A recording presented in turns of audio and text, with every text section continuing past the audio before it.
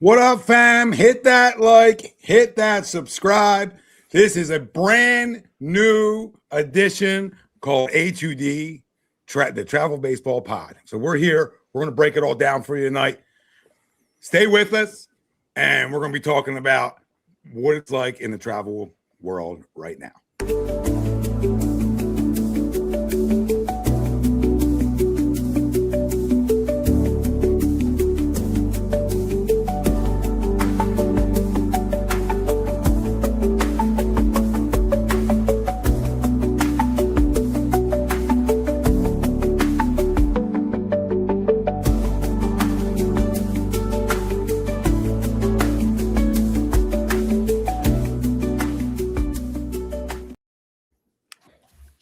Welcome in, everybody. We made it. We are here. We landed to a brand new edition of A2D Travel Baseball Podcast. And I'm Tom Arnone. I'm joined by Joey Steph, Nick Sylvester, and everybody out there that's joining us. Welcome in, because we're going to go over a lot.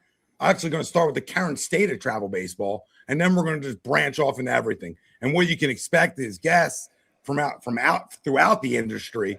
All right. And listen, and we're expecting to bring you a lot of knowledge, right? I think you can learn a lot from this podcast. That's the goal of it. That's what we're here to do. And I think the biggest goal of it, somebody's mic's going off. I think the biggest goal of the whole thing is I see a lot of like organizations pop up with, travel baseball pod. And I'm like, that's great. They're probably going to give you knowledge, but do they know how to do a podcast? They didn't know how to deliver the message, and that's what we're here to do. We're here to deliver the message to you and be fully transparent about it all. So that's what we're going to do tonight. But first and foremost, we got to break down who we are, how we got to where we're at in the baseball world, one, and then two, what made us decide to do this podcast. So Nick, I'll let you start off with us. Introduce yourself, let everybody know everything about you. What do they need to know, Nick? So, Nick Sylvester, I've been playing baseball for a long time. I played in college, played at Virginia Wesleyan. I also played at Rutgers Camden. Coaching wise, I've been coaching since I was 20, so we're going on 4 years now. I started my own travel baseball program a while back, my sophomore year of college, with a friend of mine. And, it was kind of like, I don't want to say it was like thrown together last minute. It was more so like we found a few people who were disgruntled with their travel organizations, and they were looking for somewhere new. And I was coaching a little league tournament, and they were like, yeah, we need you too as coaches. So we threw something together in a span of like 3 weeks. We had 25 kids show up to our first tryout. We were able to run a 17-18U showcase travel team. And we played in a bunch of tournaments. We did a distance tournament.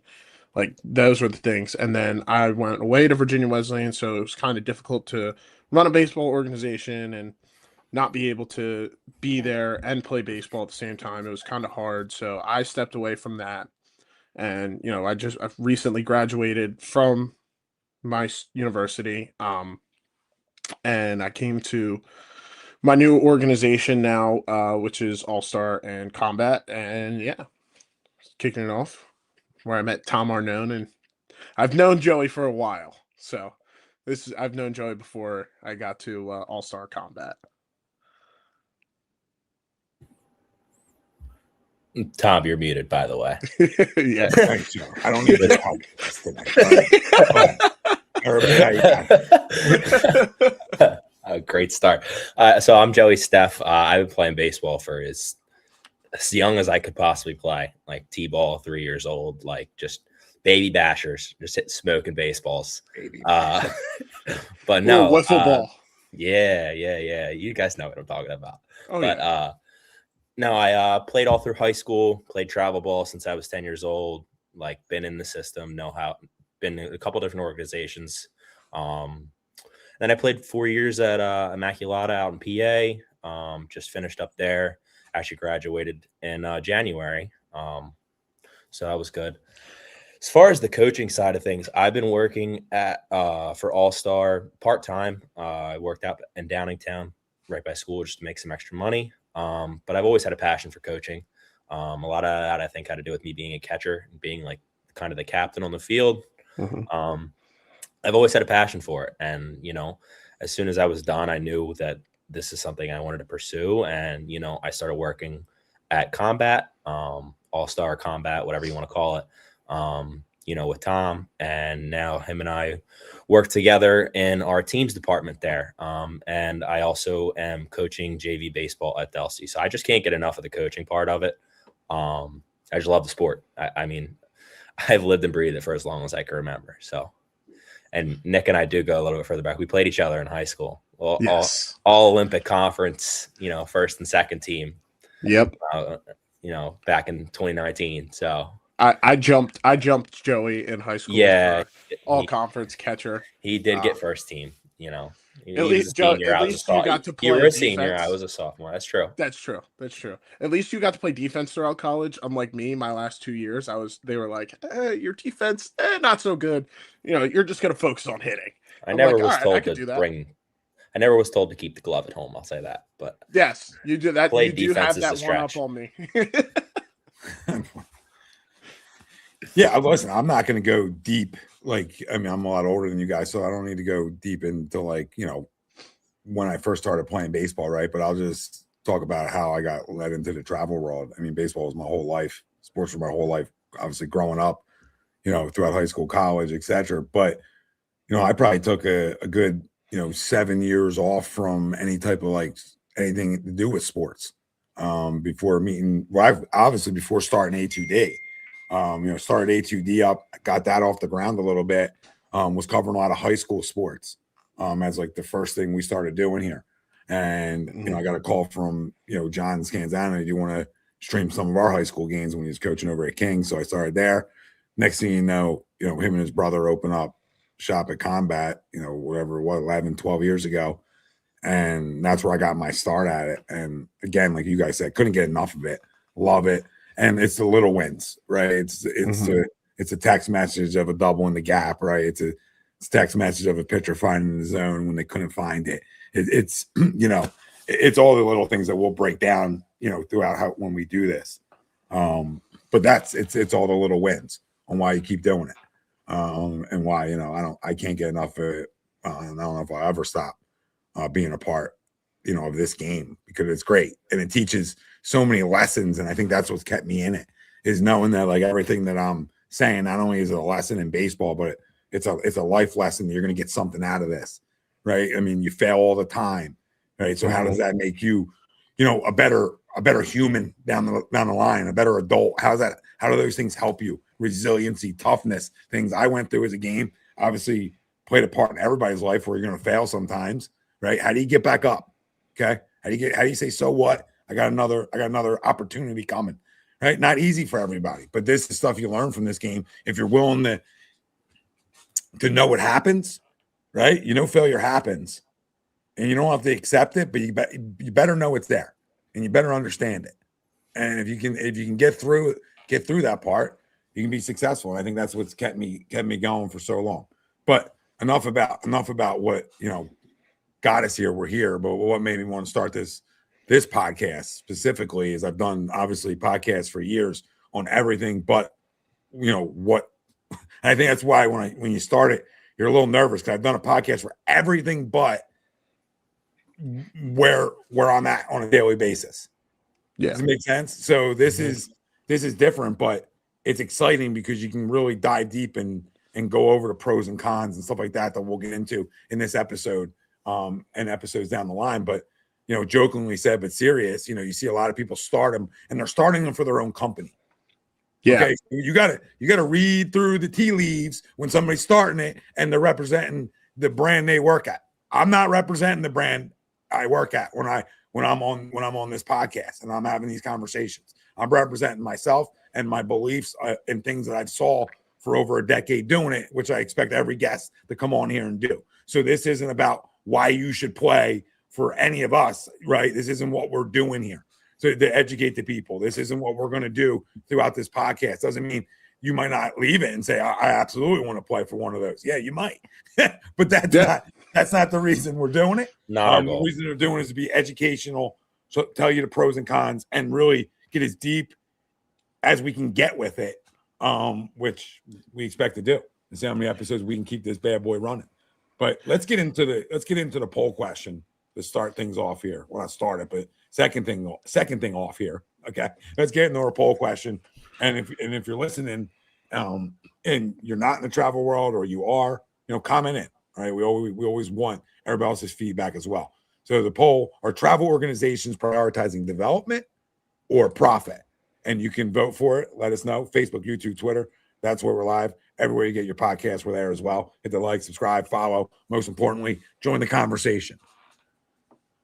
I think there's ways you can find that out. I would say there's absolutely organizations that prioritize profit and profit alone, right? I think there's organizations out there, and you'll see more of them, that are going to prioritize both, right? Yeah. Can they stay in business? Can they stay afloat? Can they continue to get new things? Can they continue to grow as an organization while still prioritizing development? Yes, you can have the best of both worlds. You can. And people will take that as money grabs and different things. It's only a money grab if they're not prioritizing development. That's when it's not a money grab. So we'll talk about the team side of it. Is there way too many teams and not enough people overseeing those teams? That's step one, to say, hey, maybe it's extremely profit driven here. That maybe, right? But then you have to get in and see how much they prioritize the development during those practices to see if that really is true or not, right? Because then it's a speculation. I can speculate from a couch all day on what another organization's doing, and they have 100 teams, money grab. Well, maybe because my assumption is always going to be there's not enough good coaches for that. Yeah, there's not enough good coaches in South Jersey to have as many teams that go on in South Jersey, first and foremost. Okay. That's the most important thing that every parent has to understand, and every person watching this has to understand. There just is not. Okay. So, I think if a team was going to look like they prioritize development, they have great coaches, because those coaches are going to prioritize development. But I think there is plenty out there that are, prioritizing development and not enough profit, and then they go out of business. And then I think there's some that are doing the 50-50 like you're supposed to do. And then I think there's some out there that just are strictly all profit. So, that's a different, it's a question on a question, right? Yeah. It's a little bit of a question on a question, because, it depends where you're at, and you almost need examples. And then I know we can give you examples, but you guys can go ahead, because I think there's more out there looking for profit than that's out there looking for real development of your kid. And you might say, "Oh, that place is cheap. I want to play there." Okay, but are you getting what you're paying for? What's the quality of coaching as well? Like, right? Like you got guys coming in, right? What's their experience, right? And if you've got a guy who's never played baseball before, and you got a team and you got an organization that's bringing people in, and it's like, who even is this coach? Does he know how to coach a game? Does he know the games of baseball? Does he know the ins and outs? Like, you show up you expect your coach to know everything. Like, I'll take 12, 10, 11 and 12U, right? Pivotal ages in baseball, right? 12U, you're last year on the big small field, and you're going to the big field, right? What kind of coach do you have there, right? Is your coach just there because he collects a paycheck at the end of every 2 weeks? Or is he there because, hey, like, how is he going to ease the transition over to that big field, right? Like, is he going to be a guy that's going to focus on the long-term effects of, improving arm care, all that stuff? Or are you going to have a coach that's just going to be there to collect the check, put a lineup together on a weekend, and just send out whatever he wants to send out?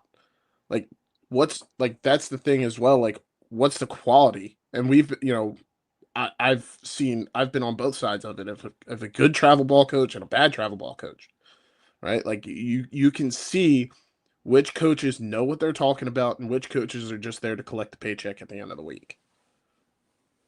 Yeah, and I think, Tom, you hit it pretty well. Like, it seems like nowadays there's so many travel organizations. Like, just in the state of New Jersey alone, it just feels like there's a new one popping up every 2 weeks, right? And like you said, there's not enough quality coaches in the state itself just to fill all these teams.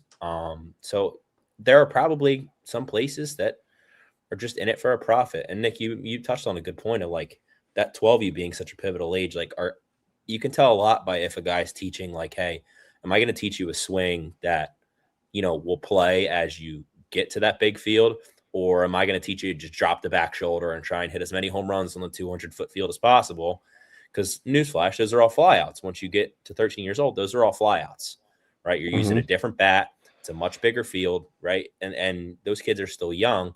So if we're teaching at 12 years old, hey, let's just try and hit as many home runs as possible, that's where it may just be seen as a guy who's just coming to collect the check and a guy that just wants to, let's see how many wins I can get before, I run out of stuff to talk about, So I think that's a key part of it too, is like the quality of the teaching, but like, what are you actually teaching them?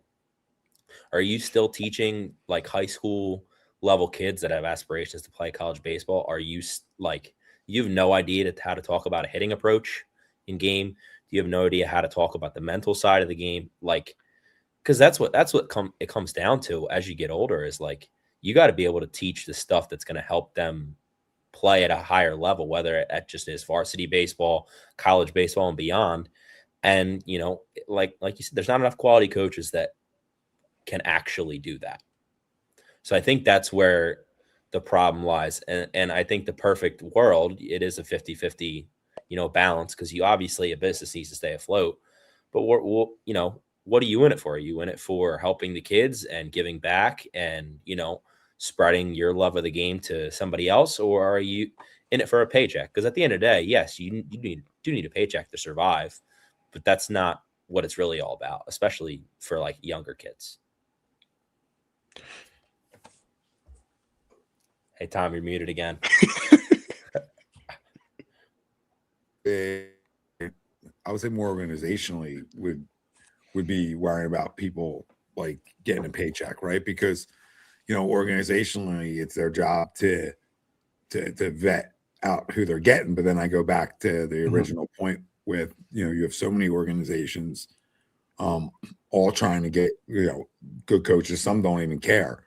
Will hire anything off the street that is willing to say, "Hi, I'll coach." And I guess that's where you can say they prioritize profit in that situation. But I think it's just hard because there's so much out there. There's so much out there that if you don't have good coaches, and I think that's what I'd say to parents, is like, you're going to stay with good coaches. So that's where you can prioritize the development to equal out the money spent. Right. And sort of take away like an organization prioritizing profit over development.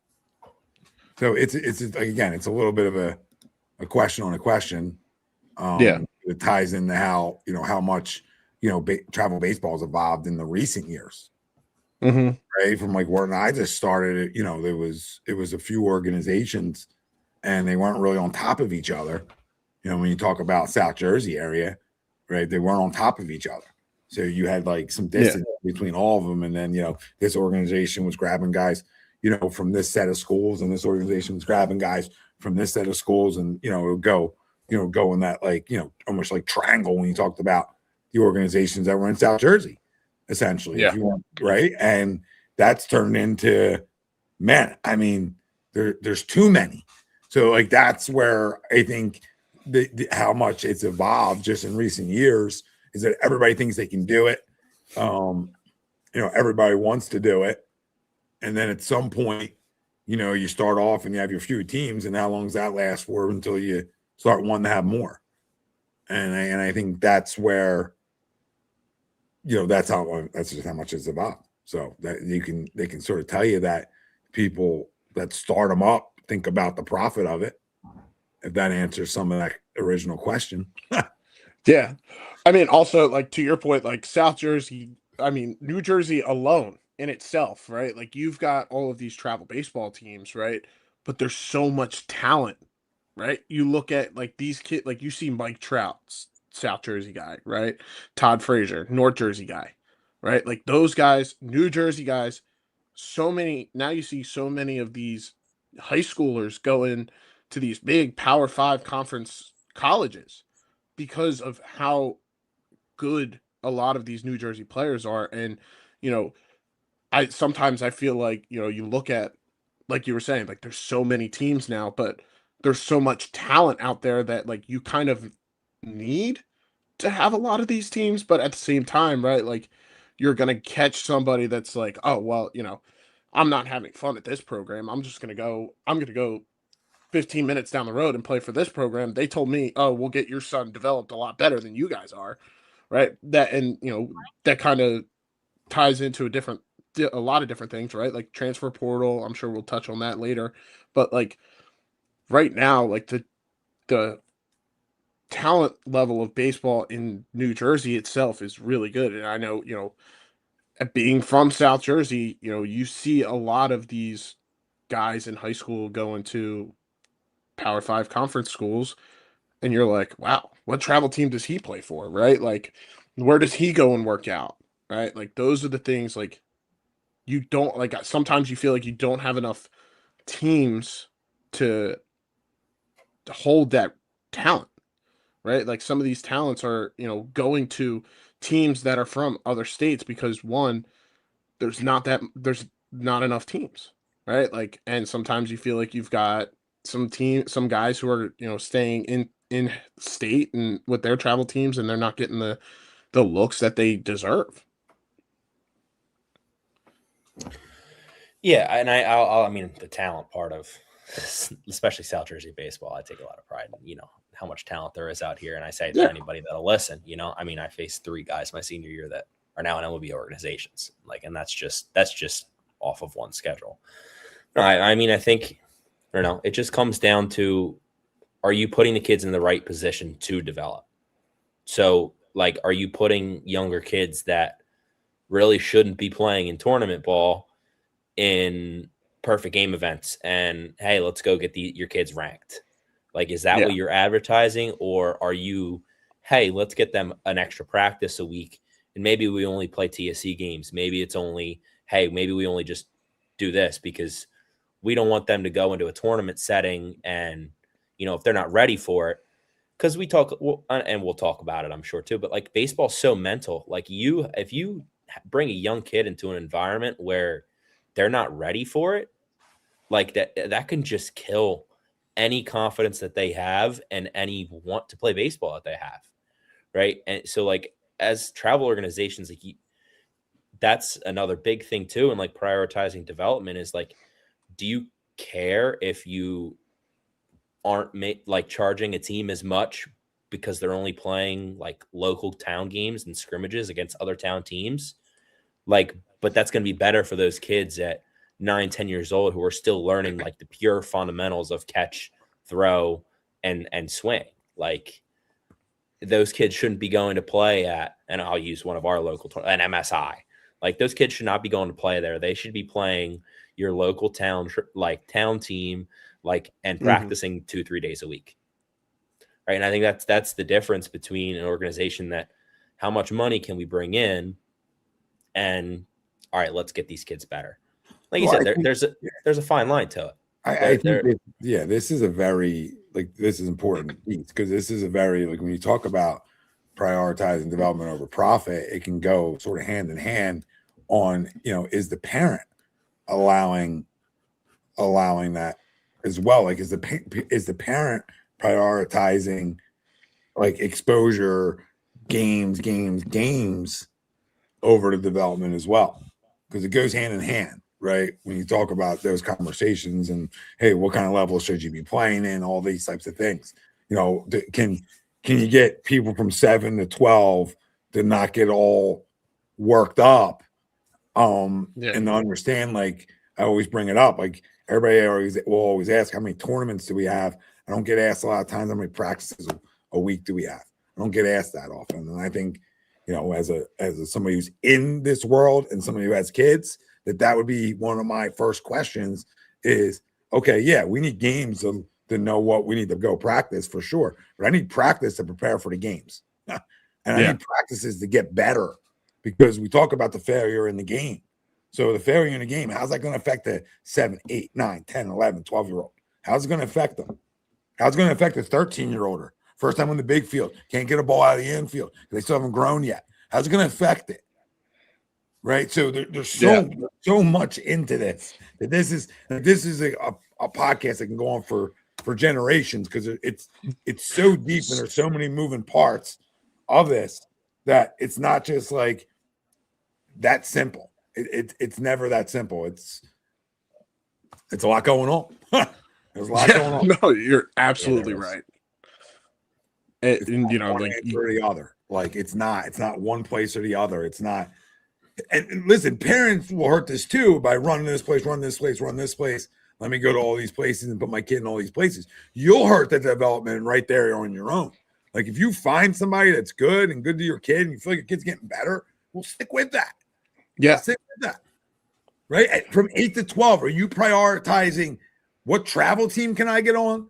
And this is coming from somebody that like literally runs teams. So I'm saying from 8 to 12, is your priority are your priorities more, I want to be on the best 10U team in the state, or I want to keep getting better, and I want to develop.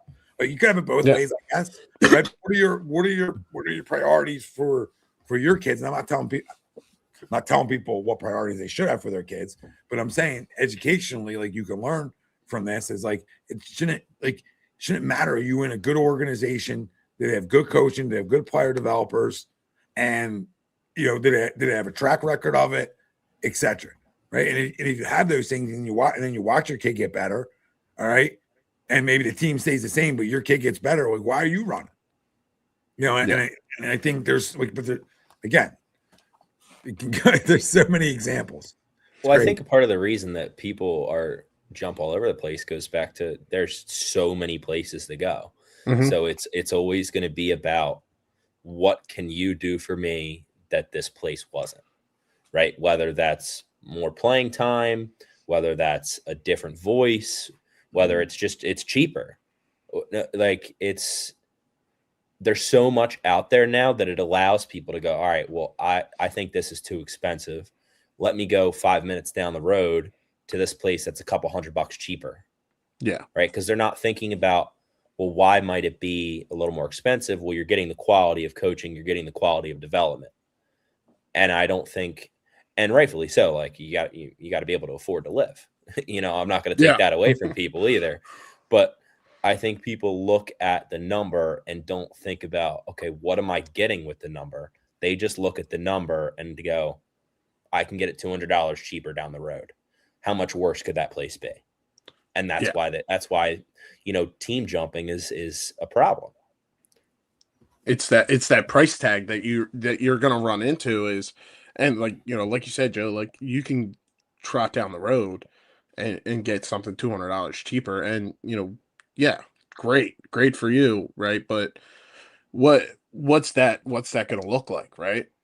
Like, is the cheaper place going to be, oh, we're only going to practice one time a week, we're going to play on a tournament on a weekend. Like at that point, yeah, you're getting it cheaper, but how much work is your child actually getting, right? Outside of those, we'll say 3 days a week, right? There's 7 days in a week.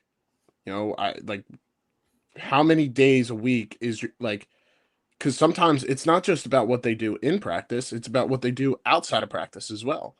Like that's where some of these people need to realize, like, you have 7 days in a week and 3 days a week, and sometimes one day just being an hour, right? Like, what's that going to look like, right? Like, how much time are they getting instructed rather than them just doing it on their own? Because sometimes when a kid is on their own, and you now have a parent who's watching them and is trying to adjust things, and now you've got a coach who's like, wait, why are you doing that? It almost seems like you're going to have too many cooks in the kitchen, right? You're going to have multiple people telling this kid one thing, and this kid's going to be torn apart, and he's going to be like, wait, what? Like, he's going to lose his mind. Well, I think go ahead, Tom. Go ahead. No, there's so much to this, right? Like, like what is cheaper? What is what this, go ahead, Joe, say what you're gonna say. No, I'll get I back to think it. I lost my train of thought, so give me a second. We'll get it back on the tracks. I mean, maybe. I mean, most time I haven't seen the cheaper excuse. It's we love the coach and he'll learn so much from you guys, but we want to win. We want to win more. I mean, yeah, I mean, winning's important. But again, I think. Listen, it goes back to the parents and then it goes back to the kids because okay, I can practice twice a week, get do a lesson one day, get baseball 3 times a week, but like I led the horse to water. Now it becomes on the kid, and I'll say this: I don't care because I really don't. I don't care what age it is. I really do not because kids figure it out and workers figure it out, and you'll find out real quick what guys really work. Because I have plenty of examples from 8 to 12 saying, man, like you guys got to if you guys don't take 100 swings a day, you have to feel dirty that you need a couple showers to clean off. Like you have to have that internal clock, an internal 1-2 to say, hey, this is I have to. Somebody out there is getting 100. I got to go 120. Right? You have to do that, right? And you're gonna say, oh, well, you expect an 8-year-old to do it? I've seen more. I've seen it. So, like, no. Do I expect it? No. Do I expect it? No. But I've seen it. Do I expect a 10-year-old maybe more of? Yeah, I can expect a 10-year-old maybe that have a feel. But you're going to find out who's different and who's not. Is my point. And in your own kid. In your own kid. So then you have to accept that, like, okay, that's who he is. Or if you're saying, like, if you're making the excuse like I want to win more at 10. Like, I don't know. Like, I think you're looking at everything the wrong way. If you're saying I need to win more at 8, 9, 10, 11, 12, I just think you're looking at it the wrong way. Doesn't mean you shouldn't want to win, right? But I think you're, just say, hey, the team I was on was crap. You know what I mean? Then that's the case. Because you can go to a lot of places and marginally win more than other places, probably. Throughout it. Like I'm sure throughout, all of South Jersey, New Jersey, or wherever people are watching us from. You have options to go find a place that wins a little bit more, but what does that equal for your kid from the specific team he was on?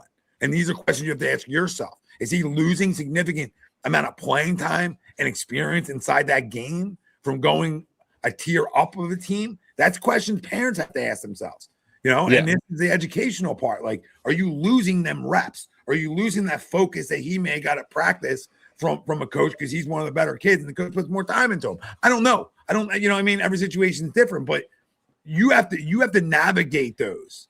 You have to navigate those waters and decide, like, what's better, because the grass can always be greener somewhere else. And I don't want this all to be talking about moving on from places either, right? Like, we can have that conversation all the time. I know it's all tying into development or profit when we're having these conversations, right? That, what's more prioritized from organizational standpoints, but what's also more prioritized from the family standpoint, right? Are they prioritizing development, or are they prioritizing dollars and cents? Everybody's different. Some people have to prioritize dollars and cents. So I would say to those people from 8 to 12, if you're prioritizing dollars and cents, what I would recommend is you stay in your town travel, save the money. I would invest my money into lessons. Then I would invest my money into the one-on-one work. So my kid is developing for when he does get to the big field at 13. And then I got to put my money into it, because if you don't, you're going to get left behind. And that's what it's become too. But how many kids quit from 13 to 14? A ton, because the game will expose you. So, again, I don't think you can even talk about, like, everyone wants to talk about winning teams. I don't think you can even, like, talk about mattering of a winning team until you're talking about a 15, 16, 17 U age group. I don't think the conversation should even be had. Like, nobody ranking at 12 matters. Nobody's. Like, none of it matters. Like, I don't matters, like nothing. Team rankings. I look past that stuff, right? Like, you look and you see, right, and there's no hate, on these big programs, right? Like Perfect Game, PBR, right? You look at who ranks a 9U team, right? What are the parameters for a 9U ranking, right? The team, does that team make less errors than the other team, which is probably about 30 a game? Quite honestly, if you look at a 9U game, right? Like, why are rankings so, thought, like, people are thought driven with based off of rankings, right? Like, if your son gets offered, for example, right, a spot on, the number 3 ranked team in the nation, right, and they're on, the blue team, and the white team is the top team, right? Like, oh well, my son plays for an organization where his team is ranked, right? But the team that is ranked, right, like, is not your son's team. But at the same time, right, like, team rankings, right, unless, like, they only should matter in college, right? Like, you see these travel baseball organizations, getting ranked top 50 teams in the nation, right? Like, when I was in high school, right, I was a part of a high school team that was ranked 55th in the nation, right? Yeah. Is it cool to be top 55 in the nation? Yeah. But guess what? Doesn't really matter. Isn't really going to change that much of how I get recruited, right? What's going to happen?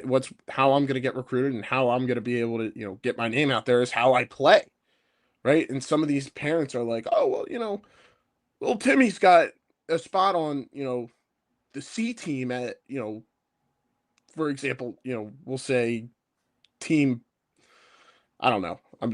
But, like, teams that are ranked, and it's just, why? Why does it matter so much about the ranking? Where can your child progress and, get better and still enjoy the game too, right? Like, we're talking about, development and all of this stuff, right? Like, at the end of the day, like, this game is designed to be fun. It's a game. There's a reason why we call it baseball games, right? Have fun. Are you playing at a place where, you're sitting the bench the entire time, but guess what? The name on that jersey, that program's nationally ranked, right? That's what matters. No. Is your child, coming home after practice? Oh my God, I want to go to practice again. Right? Like, I talk to the parents on my team and say, you know, how is your son liking practice? And, not to, like, pat myself on the back a little bit, right? But, like, parents are like, I've never seen him so excited to go back to practice. Like that, like, they are having so much fun. They're learning so much, right? Like, for me, like, one of the main reasons why I got into coaching is to, spread the love of the game and make sure they're having fun, right? And, we could talk about development and profit all we want, but are these programs also making the game fun? Are they making it a job, or are they making it fun in a good atmosphere, right? Like, sometimes, at the younger levels, it's the experience gained sometimes more than the wins and losses. I mean, look, winning is fun. I think Yeah. that's why people like prioritize the winning teams, is because, frankly, winning's fun. Anyone who's ever played a competitive sport will tell you winning's fun. Yeah. I mean, no one likes to lose. I hate losing more than a lot of people that I know. Hate losing more than I like winning. Yeah, I know you two are the same way. I know you two also hate losing. So, like, I get it from that perspective. When it comes to the ranking side of things, like, no one's going to care where your son was ranked at 11 years old.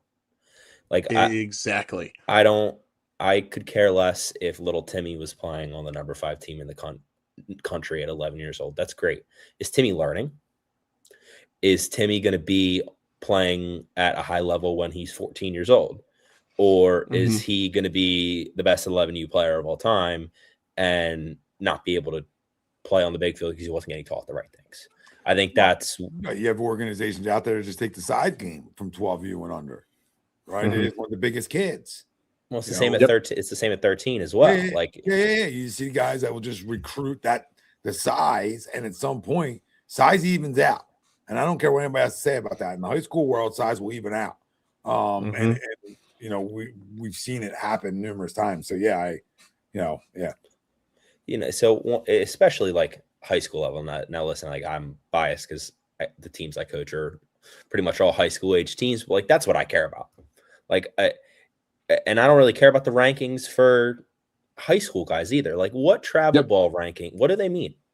at the end of the day, you could there's probably so many guys that have gone far and played very long time, much longer than I did, right? Going on to have illustrious careers, and they probably did not play for a ranked team, right? No. Not every MLB player was a PG All-American at 16 years old. It's just not how it works. So like the ranking system is flawed. I get it from a parent perspective. I get it. You want to win. It looks good if you can say to your buddies at the bar, hey, my son's playing for the number 5 ranked team in the country. I get it.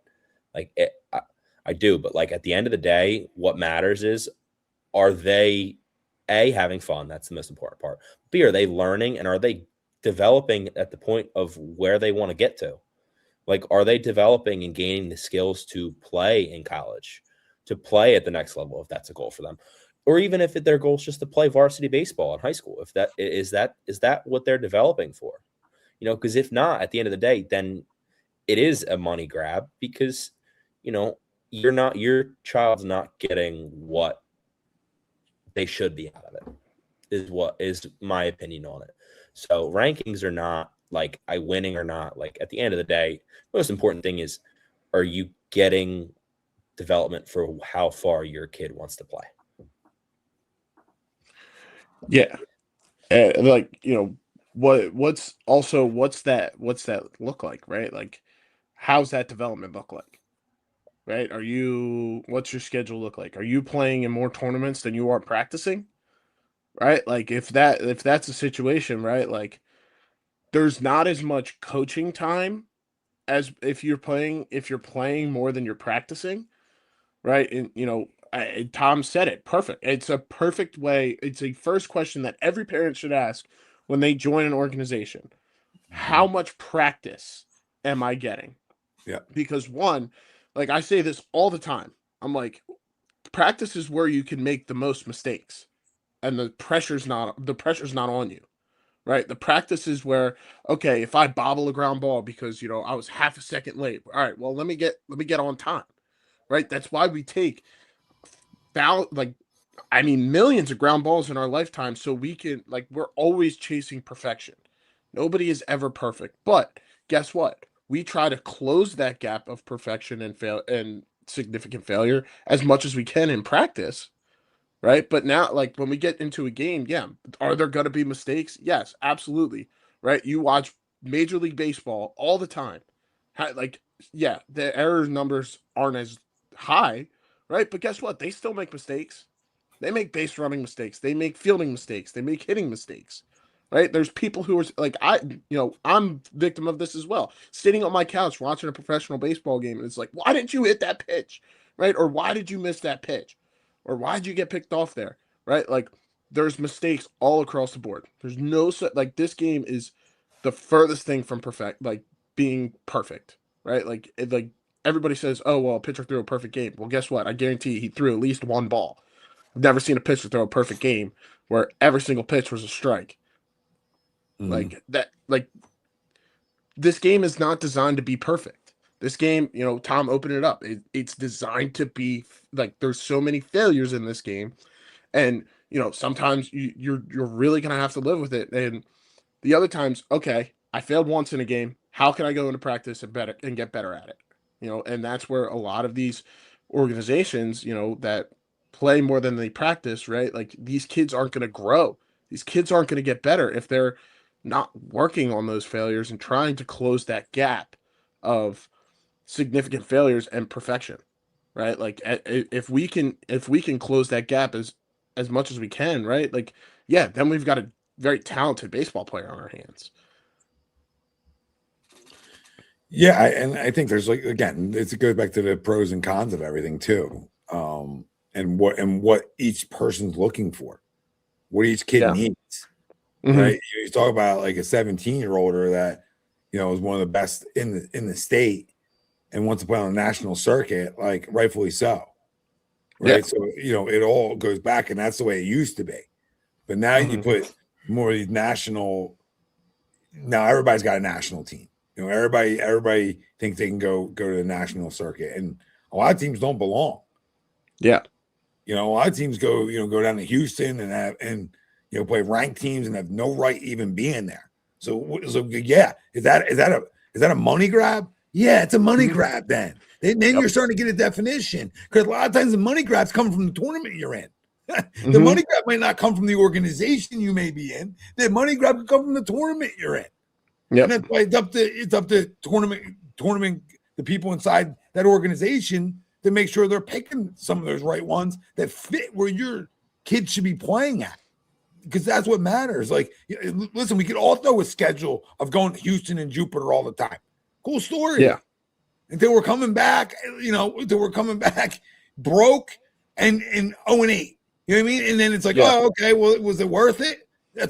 Then yeah, everything's a money grab. So that's how things become money grab and profit driven, and hidden expenses, which are, hotel rooms and food and everything else people are spending when you're talking about the ages of 13 to 17, when you talk about air quote travel ball and having to travel all over for what? Like, and I say to people all the time, for what? What do you need to, you're a really good high school player in this area. What do you need to travel all over for? If you're really good, like, you need to travel all over. You get found right here. You're going to go travel to other areas that have more players and better players than our state does, hypothetically. What's that doing for you? You're going to go down south and thinking, I'm going to go play down there all the time. I'm going to get seen easier.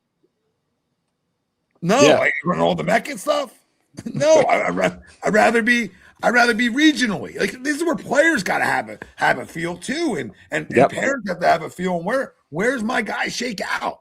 Because it's okay, and it's hard as parents to be like, hey man, he's just a good player. That's okay, right? He's just an average player. That's okay. Hey, he's a little bit below average. Okay, that's okay. There's spots for every kid. But then are you willing? Or what are you willing to do? And then traveling is for the experience or for vacations. But to me, I never think you need to travel 7 times a summer, 8 times a summer. I think you can overdo it. I think if you had, a couple away trips and you get that experience, sure. But again, back to, prioritizing development or profit, as you can see, it goes on for a long time. Everybody out there, there's a lot of like pieces to this puzzle that like you almost have to connect to understand, like, where does my kid fit? If you're talking about an elite caliber player, that kid should be playing national events. Now, an elite caliber player from 8 to 12 does not need to be doing that. Okay, save your money.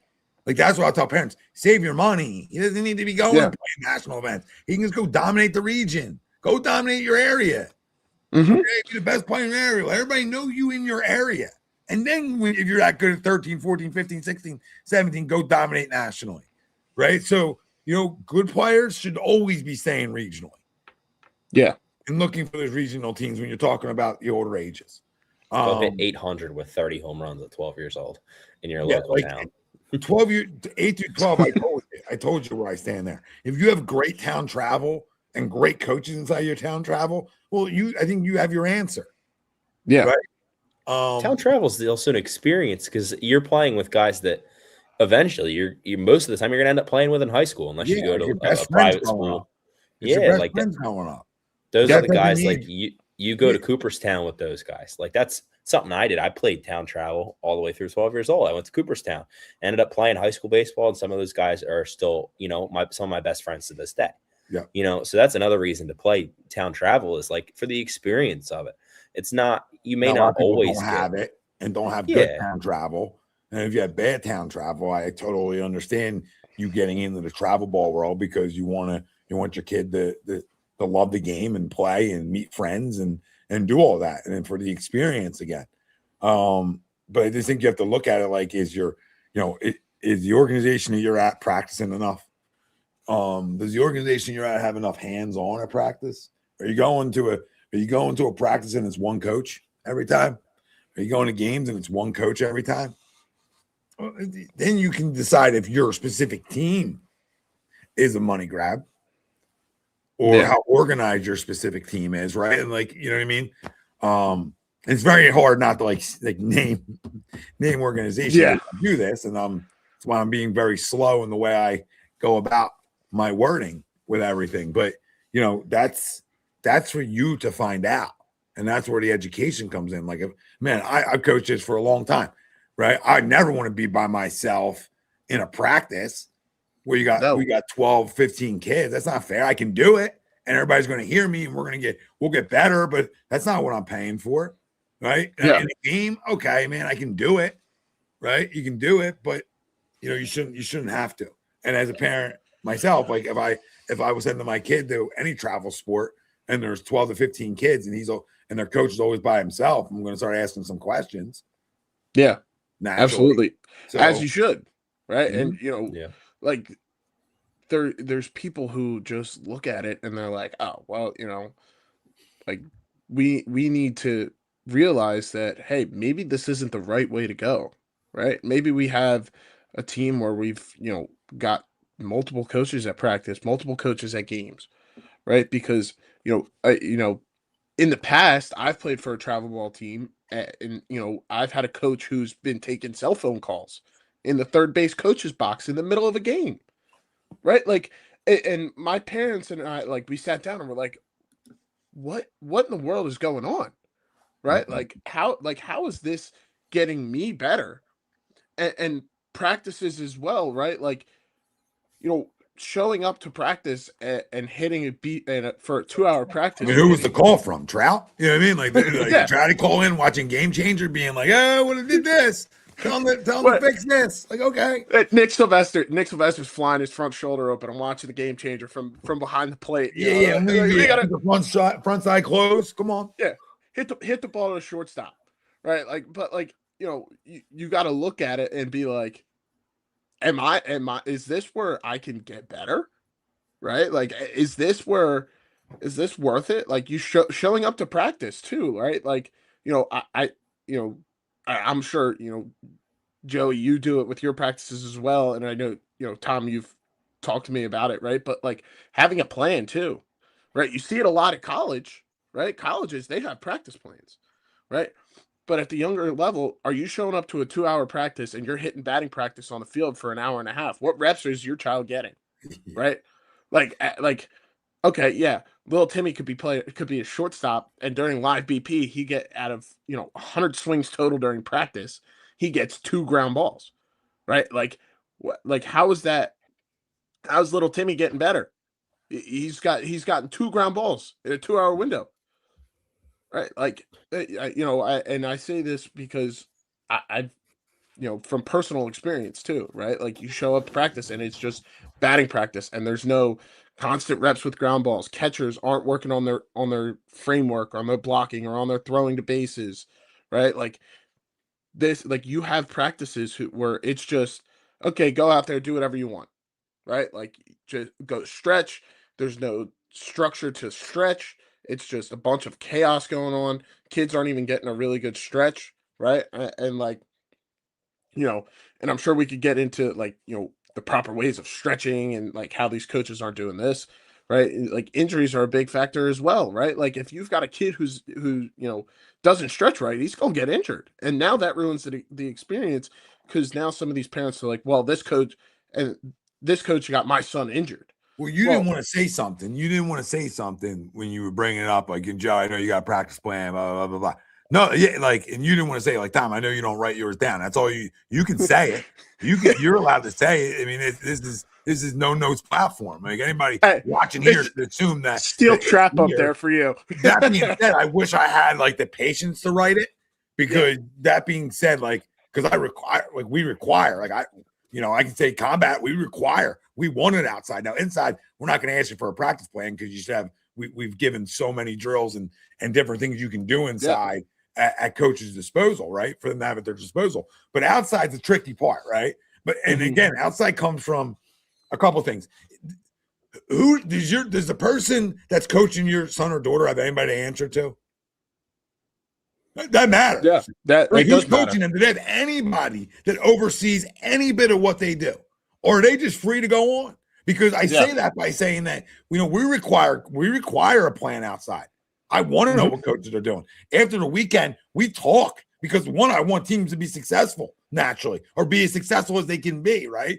So it's our job to have those conversations about lineups, about practice plans the following week. What do we struggle with on Sunday? Oh, we struggle, blah, blah, blah, blah. Okay, let's work on this. Right? I'll just use a specific group I had last spring. Like, we can play, right? But for some reason, when a ball went up in the air, we forgot how to play. When it went up in the air, yeah, we just forgot how to play baseball. So, okay, easy practice plan is you're getting a million fly in betweeners, and we're going to have to start figuring out a way to communicate better. And we did, right? And we grew from that. And then if you're a parent, sitting there, you say, that's what I paid for, right? And we've had, and listen, all transparency, we had people say, oh, it's too much money. Well, you get better. Yeah. And people saw it's the price. Because no matter where you're at and no matter where you're coaching at, some people are going to always think something's too expensive no matter what. And other people are going to think they're getting exactly what they paid for and more. You're always going to have that. This is the world of customer service too. And that became travel baseball. It became not only travel baseball, but it became a piece of customer service because it's an expensive business. Yeah. Nobody's cheap. Nothing's cheap. Like I hate the word cheap too, because cheap to me as a parent means I'm getting something cheaper. That means it's not as good. That means it's not as good. If you're giving me something cheaper, you're telling me it's not as good then. Automatically. You're not doing it from the kindness of your heart. You're telling me it's not as good.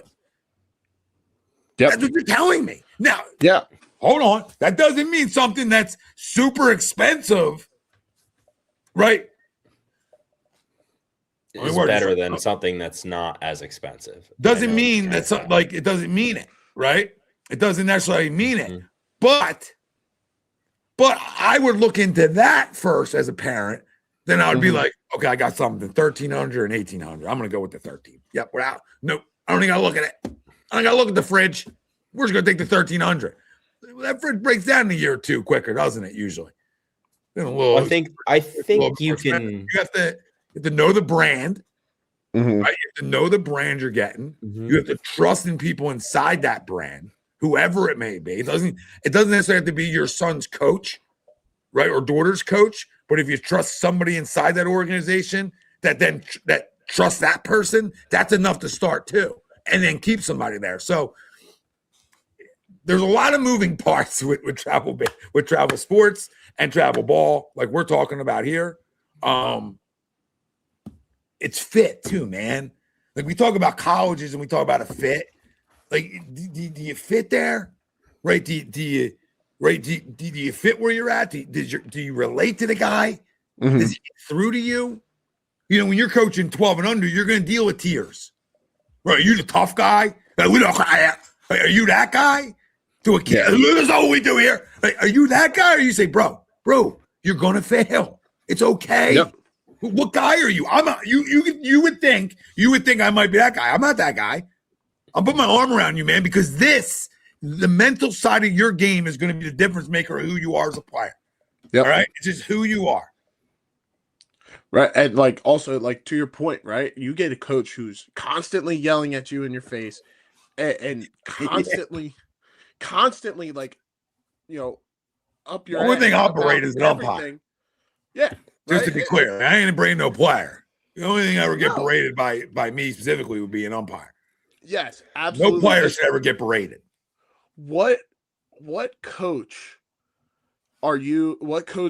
is going to yell at a kid and a kid not shut down? Right? Like I've seen coaches like berate these kids and a kid be like, I don't know what to do. Right. And he kind of gets nervous. He kind of gets upset. And that ruins the experience of an athlete. Right. Like coaches, they're like, for me, like my thought process as a coach, right. And, a lot of the times I talk from, my personal experience and my personal thought process, right. Is you get a kid who is a very talented kid. Right. And he makes a mistake in practice. Hey, it's okay. Right. This is a game of failures. You fail 70% of the time. You're considered a Hall of Famer, right? Like we say that line all the time, right? But if that same kid makes one mistake and I run out there and I'm cussing up a storm and I'm in this kid's face and this kid's like, what is this kid learning? Like now he puckers up real quick, right? Like this is where, we get these kids who come from these different baseball organizations, and when they make a mistake, they shut down because they come from a coach who's been berating them every time they make a mistake. And it's, like a breath of, or they're getting braided in their car ride home. You know what I mean? They're getting braided in one or two spots in their life for sure, right? But yes, back to this expensive. Everything's expensive. So, right, what are you getting? Are you trusting the coaching? I mean, here's my boy Ink. Practice planning should always be evolving. Absolutely. Because following games where there have been several or even simple mistakes, the next practice should be planned to focus on improving teaching those areas. Absolutely. It's like it's the biggest 101 and nobody does it. You'll see it all the time.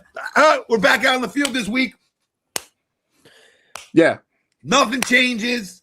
Nothing changes. I don't want to be here. I'm just going to rip as many as I can today. And you see it. You absolutely see it.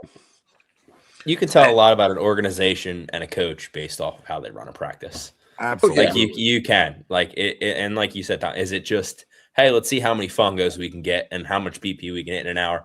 Or are we breaking up into stations? Are we focusing on individual drills for each position? And a lot of that comes down to how many guys you have at practice, right? Are you showing up with 3 coaches or is it one guy, right? Because if it's one guy, like it becomes hard at that point for him to focus on every single position group. That's when it's almost like, all right, let's get the fungo out. We'll work on something, but like obviously not just, hey, let's just hit them, but we'll work on something. But like if you have 3 or 4 coaches out there, there's no reason that you should have one guy hitting fungos and then 2 guys just hanging out. Yeah. Right. You should be split off into groups, getting your position worked on. If you want to do some IO fungo work at the end, like absolutely, because that stuff is important. That's not what we're saying. Yeah. No, like fungo work is definitely important. But like you got to be able to run a practice and tailor it to individual kids. And I want to touch on, something about, the berating kids and stuff like that. I will never, ever berate a kid for a physical mistake. No, right? Absolutely not. Yeah, that is absolutely never, ever. And I think the best coaches in the world are not going to berate for a physical mistake. Now, a mental mistake, like if you're walking, you hit a pop up to the infield and you're angry and you walk to first base. Now I'm going to get on you a little bit. Yeah. Now I'm going to get in your ear. Well, you're never going to cheat this game. No. Right. And I think the best part, and for me, like I think what messed me up all night was I just wasn't no headphones. You weren't in the headphones. I knew something was missing. Oh my goodness.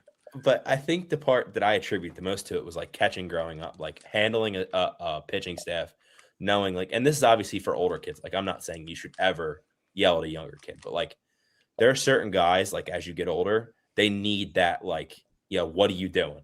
Like they need that like fire lit under them. And there's certain kids that you got to be like, all right, it's all right. Like we'll work, it differs by kid. And that's something I think I learned by catching guys is like going out to a mound meeting. Do I have to tell a guy to take his head out of somewhere, or do I have to be like, all right, it's all right. You're getting squeezed a little bit. It's okay. Like stuff like that. And I think that you got to tell a guy, yo, you forget who you are. Yeah, exactly. Like, you got to go out there and tell him that. Like, did you forget who you are? Like, go shove it, right? Everybody's coached differently, right? Everybody relates differently. But that again, real quick, that takes time to understand that, right? Like, and by the time in the travel world, by the time you get that, sometimes that guy's already gone somewhere else, which is crazy. When I've had teams that have like stuck together for a majority for a long period of time, you start to know everything, and that's what makes you even better at your job. Now, I think we do a good job. I know I do a good job of learning guys pretty quick on sort of what makes them tick, but you don't know what makes them tick until it's game day, right? Yeah. You'll never know. You can assume inside, you can assume outside. You never know till it's game day on what really gets a guy going. But back to the practices, I think you can tell a lot by what an outside practice looks like. But I also think if you're a smart enough, sports parent, baseball parent, whatever sport you may be playing. I know this is, tied towards baseball, but whatever sport you may be playing, you're smart enough to understand that sport. And you said, well, man, they tried to get 3 bunts down successfully. They didn't get any of them down. I didn't watch his bunt one time the next week, but he called it again on Sunday again. He called 4 more of them. Who am I playing for? You know what I mean? Yep. Okay. right? Oh, we couldn't get bunts down. I watched us not be able to swing until we got 2 down the next practice. We weren't allowed to take a cut. We were kicked out of the cage if we couldn't get 2 down. I like this. This is what we're working. And I'm giving you very basic stuff here, right? Very basic stuff that you can watch a game and say, okay, we get back to the fly balls. Like, we don't know how to communicate with fly balls. Okay, how can we help that? Now as parents, you have to understand something. This isn't like, sprinkle some holy water around and then that guy goes and then makes those plays, right? Is the focus on it, though? Is the focus at practice on helping them get better at it? That's what you have to look at it as, right? Or is the focus at practice we're going to be lazy and nothing's going to get accomplished, right? Like we were talking earlier, right? It doesn't even have to be stations. If you have 2 coaches out there, there's no reason that whole infield can't be doing something together with catchers too, right? And there's no reason that other guy can't work drop steps, tons of stuff, from bare hand stuff, the drop steps with a glove on, the balls off the bat because that's what they need, right? Or even corners, having to communicate, whatever you want to do. There's so much you can accomplish from what happened Saturday and Sunday. And what happens in the travel world is guys don't care enough. Yep. They don't care enough as coaches to say, man, I want to get better next week. They don't care enough. And then you'll see a lazy practice. You see a lazy practice, and then, right, like my dad always used the same term, practice how you play, right? You have a lazy practice, come Saturday and Sunday, you play like shit, and you're as a parent, you have to sit there and question, like you've been saying, right? Like, what have I gotten myself into? What have I signed my child up for, right? Because as things happen, right, as things develop, as you do things over and over again, right, you have a lazy practice, you have a terrible tournament, right? It creates bad habits. Yeah. Now that's where, as kids get older, they create those bad habits, and now they become, pardon my French, but assholes, right? And you got an asshole on your team. How did he become that? Well, because when he was playing 10U travel baseball, or when he was playing 11U or 12U, he had a practice where it was just show up, hit, kind of do whatever he wants, be lazy. This kid's on the field trying to hit home runs, dropping his back shoulder, right? Like, as a coach, how can you try and prevent those bad habits from happening? How can you develop not only talent on the field, but a person on the field as well? Can he be a leader on the field, right? Like, how can they develop that? You are the primary example, especially at a young age, when these kids, your impressions matter on these kids.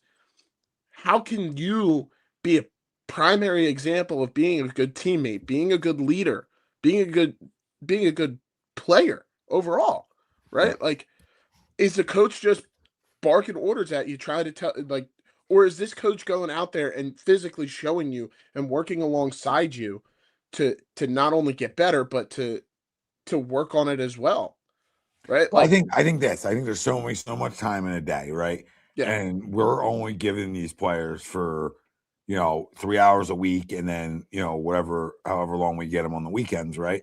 And if you're lucky enough to do a lesson with some of the kids you coach, which I've been lucky enough to do, I know you guys have as well. Then you're able to get that extra day with them. But I think the biggest thing that we can do as coaches is to give them the toolbox. Yep. And if we're supplying the toolbox and giving you stuff that you're going to help you grow as a player and you should be taking with you, we did our job. We led the horse to water. How thirsty is that horse? How parched is he? Right. That's the question. That's all we can do. But you're right. We're so impressionable, right? In so many ways. And I always wanted my guys to know, hey, I'll fight for you. Like, you don't say a word to anybody, but I had everybody in this dugout's back throughout all 6, 7 innings, wherever we were playing, wherever age it was. And if kids know that, and kids know you care about them, that doesn't mean you get rung up every time and you get tossed out every game. That's not the conversation. No. The conversation is they know you care enough to go have a conversation. Not an argument all the time, a conversation. I've watched guys sit on the bucket over egregious stuff and not move. And I said, I'll rip my kid right off the field. You understand? And you can say, oh, Tom, no, because I umpired. So I know when a guy's being lazy. I know when a guy doesn't care. And I know when a guy's out of position because he doesn't know what he's doing. So you have to defend your kids if something's bad. And not in terms of like like getting crazy, right? In terms of like they know that he has my back. It matters. And people can think it doesn't because it does the parents. And it matters to kids. I don't really care about the parents where it matters to them. Does it matter to the kids? Because we're not doing this for the parents. Yeah. We're never coaching a kid for their parent. I'm coaching your kid for your kid. Yep. Because I'm an extension of hoping to grow him as a person, right? Not only off the field, on the field. Like I'm hoping that the toughness translates and the care translates and the things you want in anybody's kid. I want my kid to be tough. I want him to care, and I want him to be a nice kid. I want him to be tough, but I want him to be nice. Like yes, that's what everybody really wants. They want that balance. That he's tough, he's resilient, he can handle the failure and get back up. But he's a freaking great teammate. He's one of the nicest kids you'll meet. That's what we're trying to raise with you. And I'm getting animated, but that's what we're trying to do. That's our goal in our 3 hours a week and what we get them on the weekends. Is can that translate down to them? Any bit of it, right? But I think that's some of the pros. The pros is who are you surrounded with, right? In the travel world, right? Like, okay, are you happy? Happy matters. But then as a parent, were you able to pay for college 15 times through the ages of 13 and 17? Did you travel that much where you could have sent them to LSU 100 times? Right. So like there's levels to this because, I've talked to kids on the national circuit and said, you don't need it. Mm-hmm. Because anybody that's going to tell you that only thing that matters to you is your metrics and this, everybody needs to see you. You can absolutely destroy regionally and go to gigantic Division I schools by playing 2 to 3 national events a year. You do not need it. So anybody telling you, and I've watched guys, this is what I told you, I'm going to get fiery at some point. I've watched guys on a freaking podcast with their banner behind you, telling them why you need to play national events. Miss me on it because you don't need to all the time. And if you're speaking for every college coach in the country, then you became a liar. That's what happened. Now you're lying with this microphone in your hand, and to all your followers and all your team players, you just sat there and lied that this is the only way. You're a liar. You're a liar.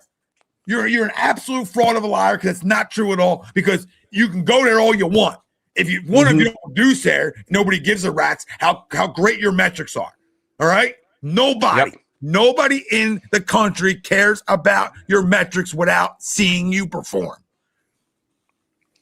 Yeah, I've watched guys put metrics together who can't play. I've seen metrics that don't ever translate. I've seen metrics that do translate, and I've seen plenty of metrics that you're like, what?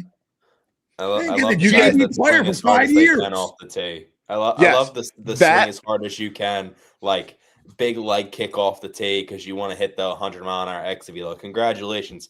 Can you do a big leg kick and swing that hard when it's a 90-mile-an-hour fastball and you don't know if it's a fastball or a slider coming? Nope. No, you can't. That's also the same thing.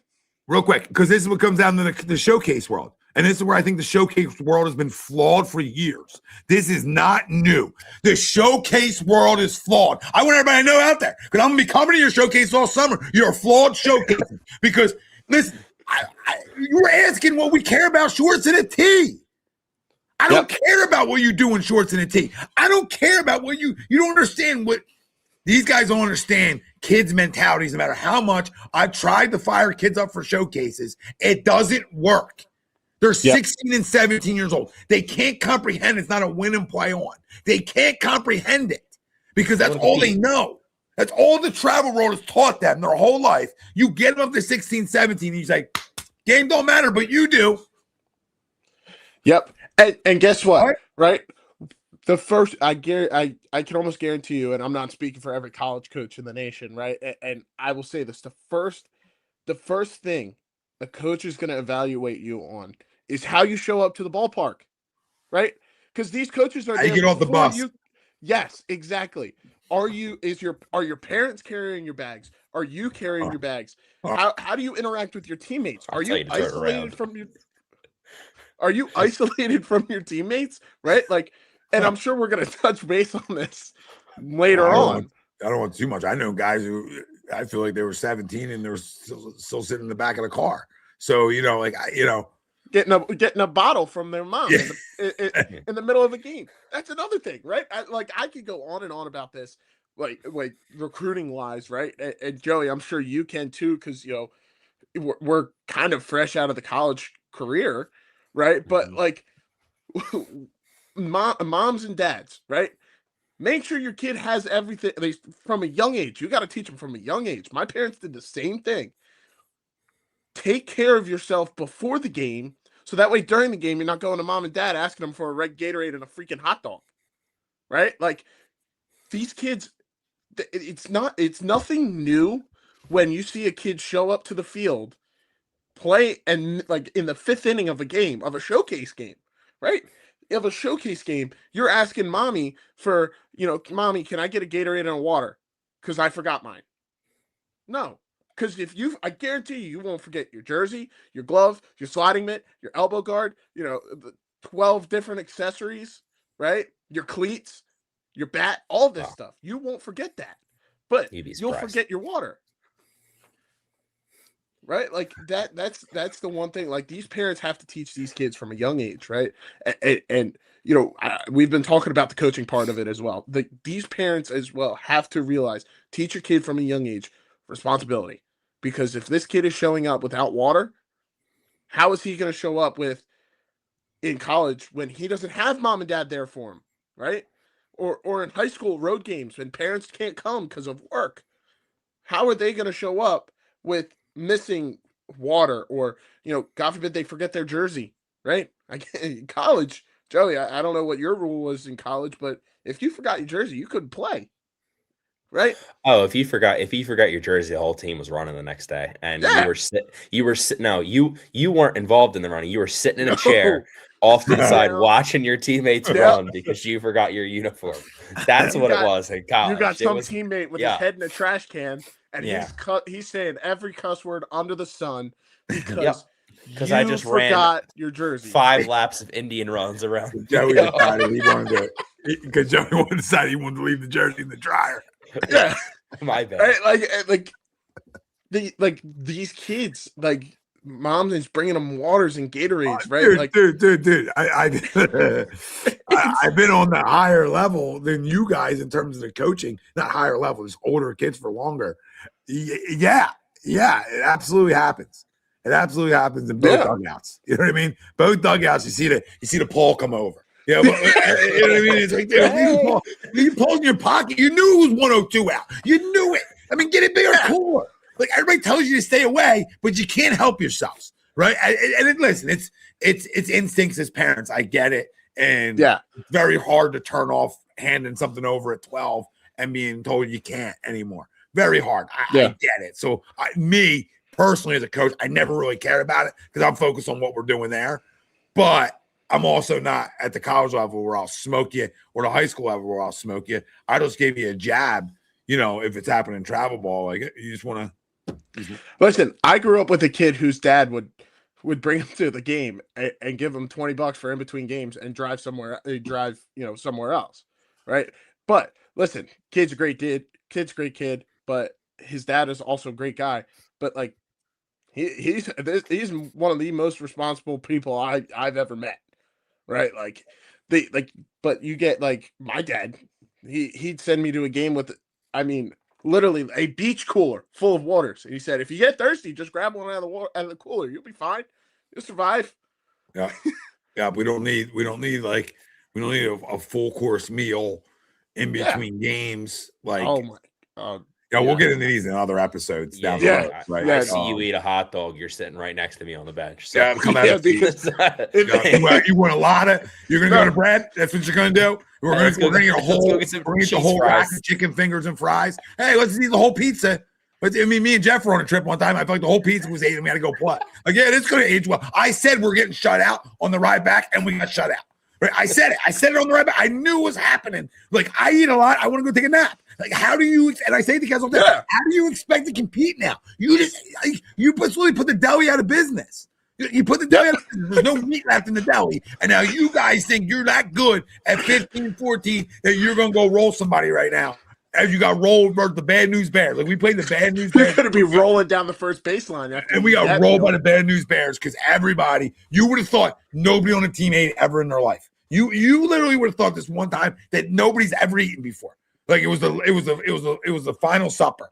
You know what I mean? It was the Outback last and get a supper. blooming onion in between games. Oh, exactly. It was like blooming onions. It was Listen, unbelievable. Like the don't abs came sit out next to first. me. I said, "Oh." Don't sit next to me in the dugout after eating all that food because you are sitting on the edge of the bench because I don't want to smell that. Well, I just thought it was like, oh, they brought out all the apps first. So I'm like, oh, the apps came out. They're going small.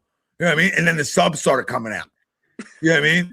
And they were like this. And I'm like, no way is this happening. I had one We're slice. calling out the turkey club. Like, I had one slice. And we literally got Turkey shut club out. about the size of their face. Yeah. Right? Like Never forget it. No. God no. Oh my god. Never forget it. Yeah, it's unbelievable. Real quick though, the cons, last thing, the cons, I mean, there's burnout in it. Yeah. But there's only burnout absolutely. in it if you don't love it. Yeah. So the burnout comes from who's pushing who. As a player, you got to want to do it. That's the biggest component to the burnout thing. As a player, you got to want to do it. Like, and as parents, like, I know we want what's best for our kid, and we know, like, hey, you should probably go hit off the tee, right? Like, it's your day off. You haven't practiced. I don't practice for another 2 days. Go take some swings. Like, but at the end of the day, if it becomes an everyday thing, like you need to do this, you need to do this, you need to do this, and your kid's not doesn't want to do it. Yeah. Probably time to take a step back and let them decide to do it, especially as they get older. Right? Yeah. You don't want these kids to burn out at 16 years old because mom and dad are pushing them to go to the gym, go to their pitching coach, go to their hitting coach, go 3 practices a week and play on the weekends all year round. Like, you need time off. You're muted, Tom. Joe, I don't need you every time I pick up one, all right? It's the first time ever on here. I've been doing only for 12 years. You just show up and you tell me about the mic every time. You know what I mean? And you get thrown out of this game. You might get tossed out of this one. I don't even know what else to say. I don't know what I'm going to say. On a broadcast, you got half the conversation missing. You just see Tom talking, and we're like, yeah, my bad. Try to help you out. That's all right. No, I know you've been doing it for a long time. Doesn't mean I can't throw you an alley-oop. First time I did need the alley-oop. This late into it, we're steady. But now I forget what I was going to say, so it doesn't even matter. Well, I mean, talking about burnout, Tom. To help you burnout. Well, no, I think a lot of it's checking. They should be checking me, right? Like they should be like, yo, I got lifting tonight. Oh, I got to get to the, I got to get to the building tonight. I got whatever it is, right? So I think a lot of it is if I have a kid that wants it, then you'll invest every dollar into it, right? Yeah. You'll put that time commitment towards it, and maybe a financial strain, maybe not. Right. So I think, as long as you have a kid who wants it, but then again, if you have a kid that's lukewarm on it, I think there's plenty of spots that you can continue to play and see where it goes for them without overspending on them. Yeah. Anyway, But also like parents as well, like burnout wise, right? Like, you talk about the financial aspect of, doing those one-on-one lessons, right? And getting that extra work in, right? For me, for my teams, if a parent came up to me and is like, hey, we want to, can you give us some drills to do at home? Yeah, absolutely. I'll give you some drills. Right. And if I see him coming into practice and he's getting better, right, I know he's working on them at home. Right. But that comes from also the work ethic as a kid. Right. That's you get a kid who's got no work ethic, and, that's how, we stay stagnant. Right. And that's how we don't get better. Right. But there's so many resources as a parent that you have access to, right? For example, we multiple coaches on coaching staff. What's preventing you from asking both coaches, hey? Well, hold on. What's preventing both those coaches from just giving the toolbox out? You're right. No, I always just give the toolbox out. I'm just going to give you drills. At some point throughout our season, at some point in the winter, spring, I'm going to sit with you and I'm going to give you yo, I watched you for long enough now. I know what I can see what you're doing. Here's a couple of things I would go home and do consistently. Here's some everyday stuff I'll do whatever it is. Right. So, I think not saying you're not saying this. I think we owe it as coaches to give guys toolboxes throughout the season with them and then see where they go with it.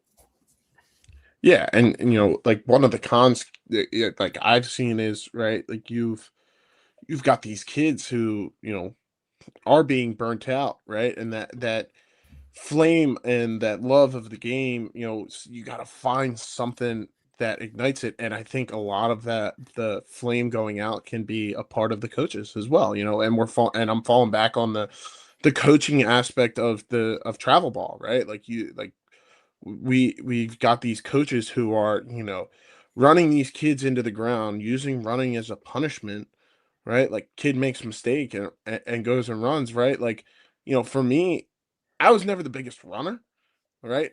If you couldn't tell, right? But like the using running as punishment, that's just going to burn out a kid, and that love of the game's going to fall, and there it's going to be hard to find it, Oh, right? I'm Like, the kid. You got to pick and choose your yeah, spot on everything when you're talking hmm about youth athletes. I mean, you just need to, right? yeah, If you're just one way the whole time and you're just the super nice guy all the time, they'll take advantage of you all day, right? yeah, If you got to find the balance, and you got to find the pick and choose the spots. Like I'm not a big run guy, but hmm like everybody that ever played for me knows I won't. It's not like I won't make you run. yeah, You know what I mean? So it's very dependent on like if you pick and choose it, like to your point, you're not like, oh, run here. Oh, you yep, forgot this, run. Oh, run, run, run. Like there's other ways to do it. yeah, And I think if you'll get your message will be a little bit louder, I think.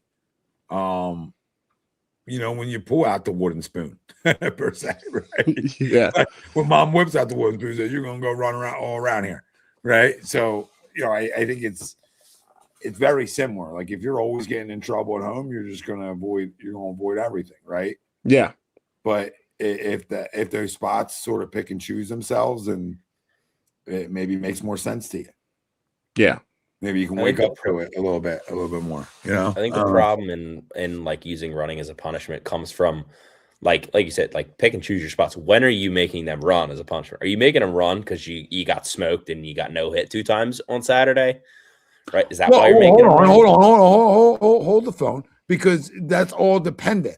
Like, yeah, I can make a team run because I got no hit because they didn't want to show up and they had no energy and they didn't want to be there. Well, Absolutely. That's what I was gonna get into. I was gonna Well, I talk thought about you were just like gonna go like, hey, you got no hit. Hey, go get it. no, I'm saying like, is it because of the physical aspect of we didn't get any hits, or is it because we're making constant mental mistakes? We're walking on and off the field. We're pouting. We're hmm doing all like the little stuff that we preach, especially to our older guys. I'm speaking more from a point of coaching older teams, more than younger teams. Is like not using it as like oh, you guys struck out 10 times, we're going to run 10 poles. You guys made 5 errors, we're going to run 5 poles. Like, okay, yeah, I had 2 guys chirping the opposing pitcher when we're down by 8, calling them fat, and then walking on and off the field. Okay, we're going to run for that. yeah, Right? Like that's where I was going with it. Like, yeah, we got no hit. So what? We got no hit because, no one wanted to show up and guys were pouting after our bats. Okay, that's different. Right? It comes down to picking and choosing like I remember when yeah, I figured you would. Use a little real life example, but like that's my point. Yeah, when we're getting shut down by a guy, we're losing 5-0, and we got guys calling the pitcher fat. You're gonna run. Tuesday's practice. Bring your track shoes. Like yeah, I mean, my reference with the Last Supper. I got a text during that, like one of my guys said, "Oh, that definitely was us." Yeah, like people know, people remember, people remember. but like, the one like I'm sure you guys have heard me say this all the time, right? The two things you can control on a baseball field are your attitude and your effort, yeah, right? Like those are the two things, right? Like if you are making physical mistakes, and I know Joey said this earlier, right? Like if you're making physical mistakes, I'm not going to get mad at you, right? But if you're walking on the field, if you're putting your head down after a strikeout, like if you're giving me no hustle on a pop up to the infield, yeah, we're going to run because of that. But if you give me your best effort and you're running every single time, right? You're running out to your position. You're the first guy in, right? You want like you want to race as an outfielder. You want to race. You don't want to be the last guy in.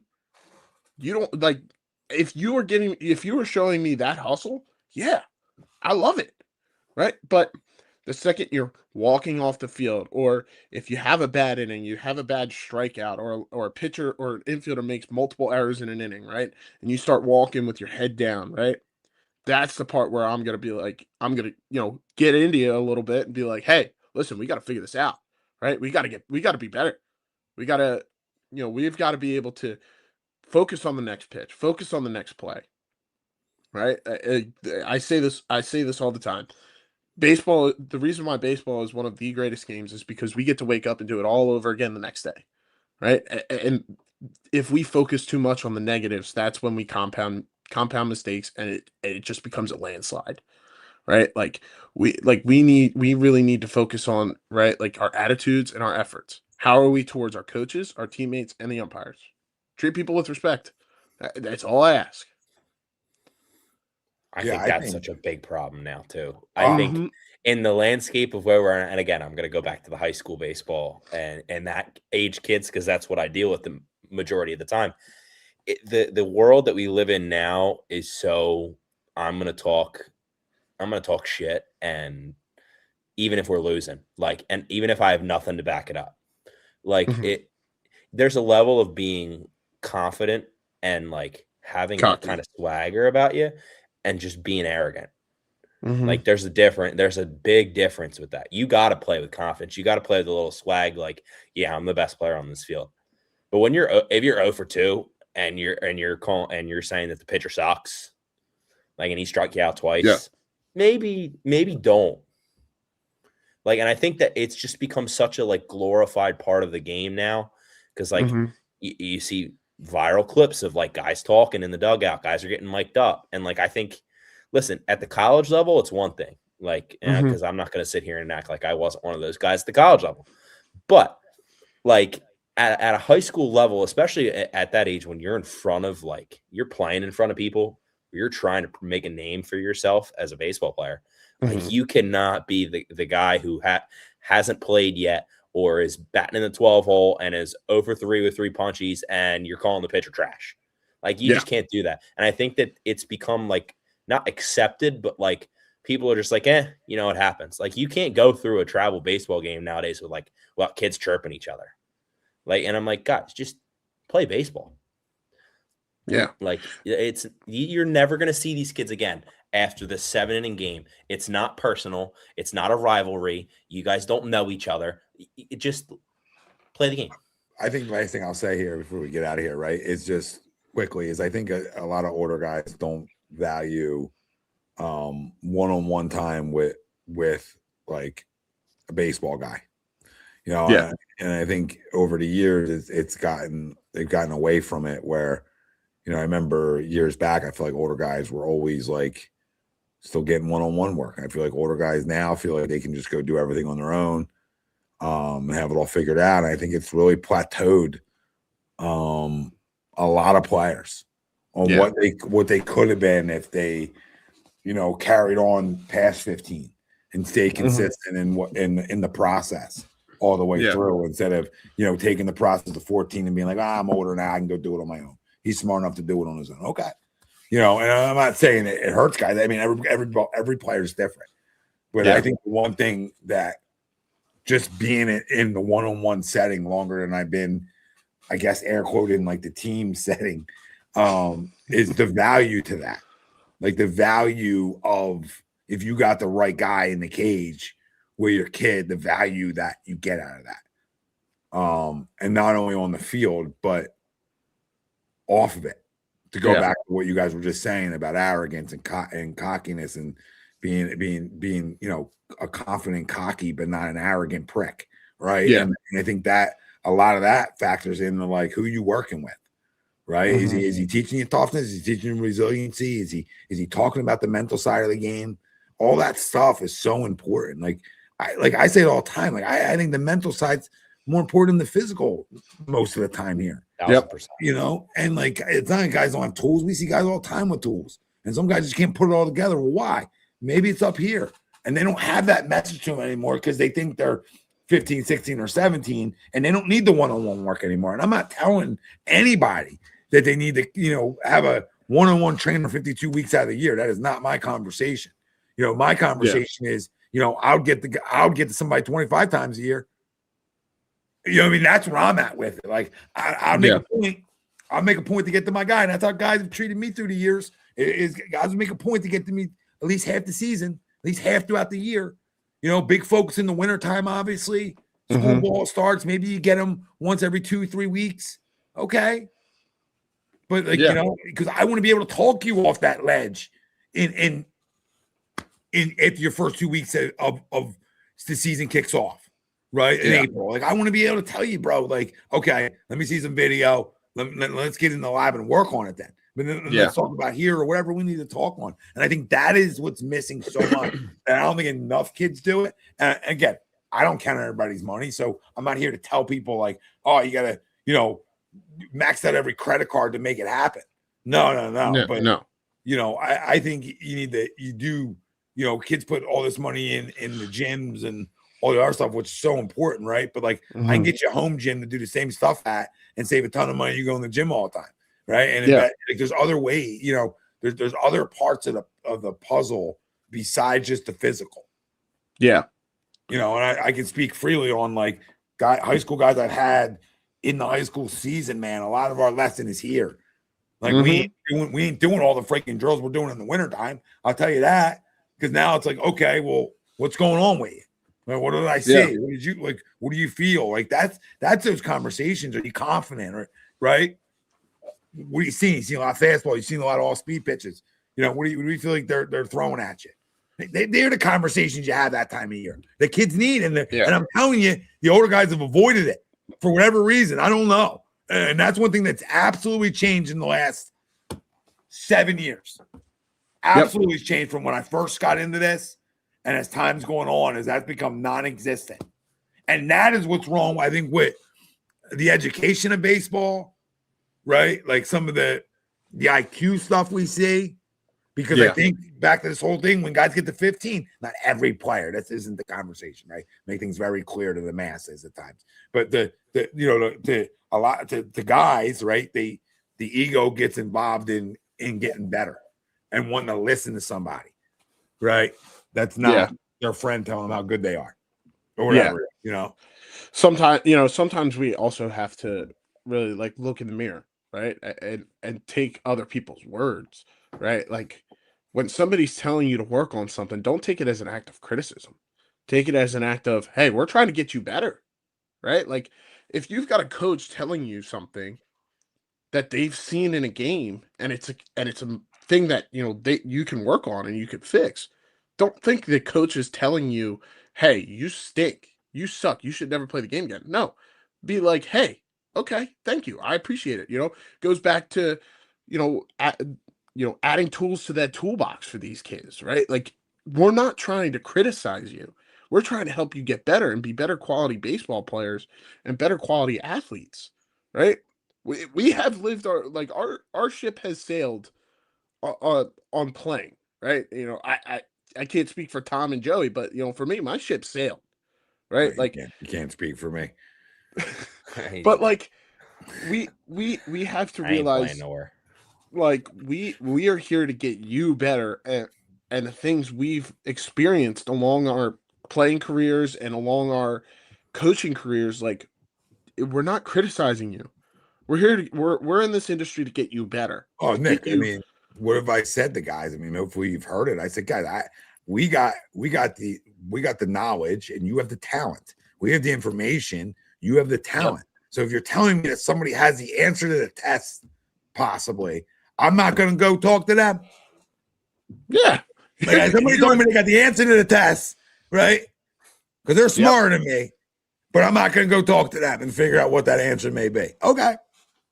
Yeah. Right. And you're crazy, right? Like in this situation, right? Like, I can pull up YouTube right now and I guarantee I can find millions of drills, right, to fix a kid who's got an issue with drifting onto his front foot, right? Like I guarantee you, we're not here to put you down. We're here to lift you up and be successful, right? Because this game is hot, is so many failures, and the moment you have success, right, it feels amazing, right?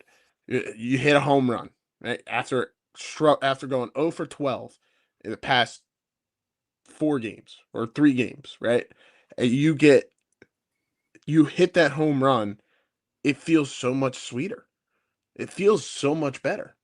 But a coach who told me that, hey, fix this, and I go out and hit a home run, guess what I'm doing the next set before the next at bat? I'm going right back to that coach. Hey, what should I look for? Right? How should I improve myself? I mean, I'll keep it really simple. Do college players have hitting coaches? Do MLB professional players have, baseball yeah. players have Listen, hitting I'm not going to coaches? sit here and compare hitting philosophies, so don't take it that way. But teacher man, Yeah. who is like his most famous hitting client? Oh, the Aaron best Judge. hitter in the Looking world, at him right now. Yeah. right? Like if Aaron Judge can in the offseason go work with a hitting coach, whether I believe in what he's teaching, like or not, if Aaron Judge can go do it, what You can too. makes you think that like you're above it? And I'm not saying that every kid that isn't in one-on-one training at that high school age thinks they're above it, but I know there's certain ones that do. Mm-hmm. I know there's and frankly, I know there's certain ones that will look at a coach's background and go, "Do you really know what you're talking about?" Like, hey, you played Division III baseball. Do you really know how to hit at a high level? Right? Like, trust me, I've had those experiences with kids, and then you get them in a one-on-one setting, and they go, "Wow, you actually kind of know what you're talking about." So it's about like getting rid of the ego and realizing, hey, we're not doing this because we're trying to tell you stink.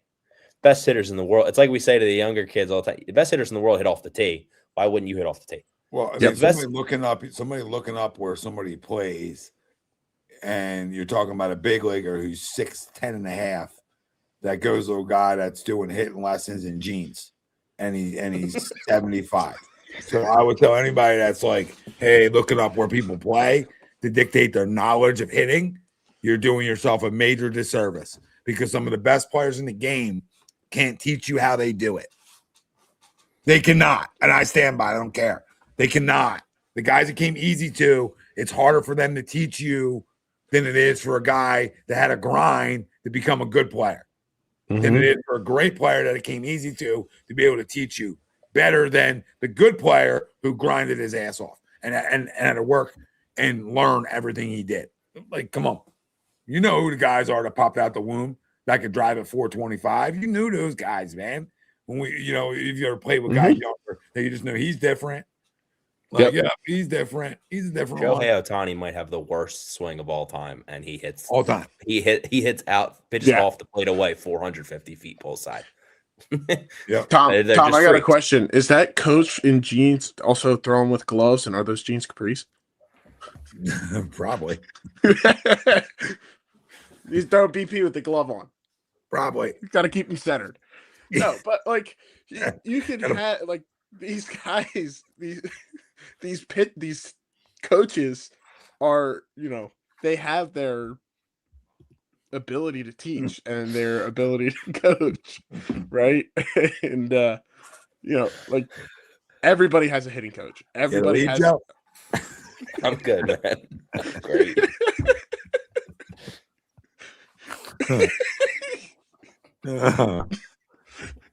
But like there's different. Goodness gracious, guys, we're getting off topic. We are. You think? I mean, it was going to be an hour show. It's an hour 43. It's an hour. I don't think I think I was like, this show was so different for me that I don't even think. I think I'm going to butchered the name of it 5 times when I started. So, we'll get through all the hiccups. You know what I mean? Yeah. This is a freestyle event tonight. Yeah, but like every, like Joe said, every hitter has a coach, right? From major leagues all the way down to, I mean, I was watching a video earlier today of Ron Washington showing an infielder, like just teaching infielding, right? Like These are the highest level of baseball players. And guess what?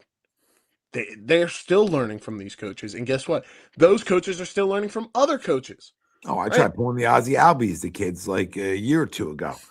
And I was like, dude, like Ron Washington was working with Ozzy and was talking about like how much better he got at what they were working on throughout the season. And you're talking about a freak.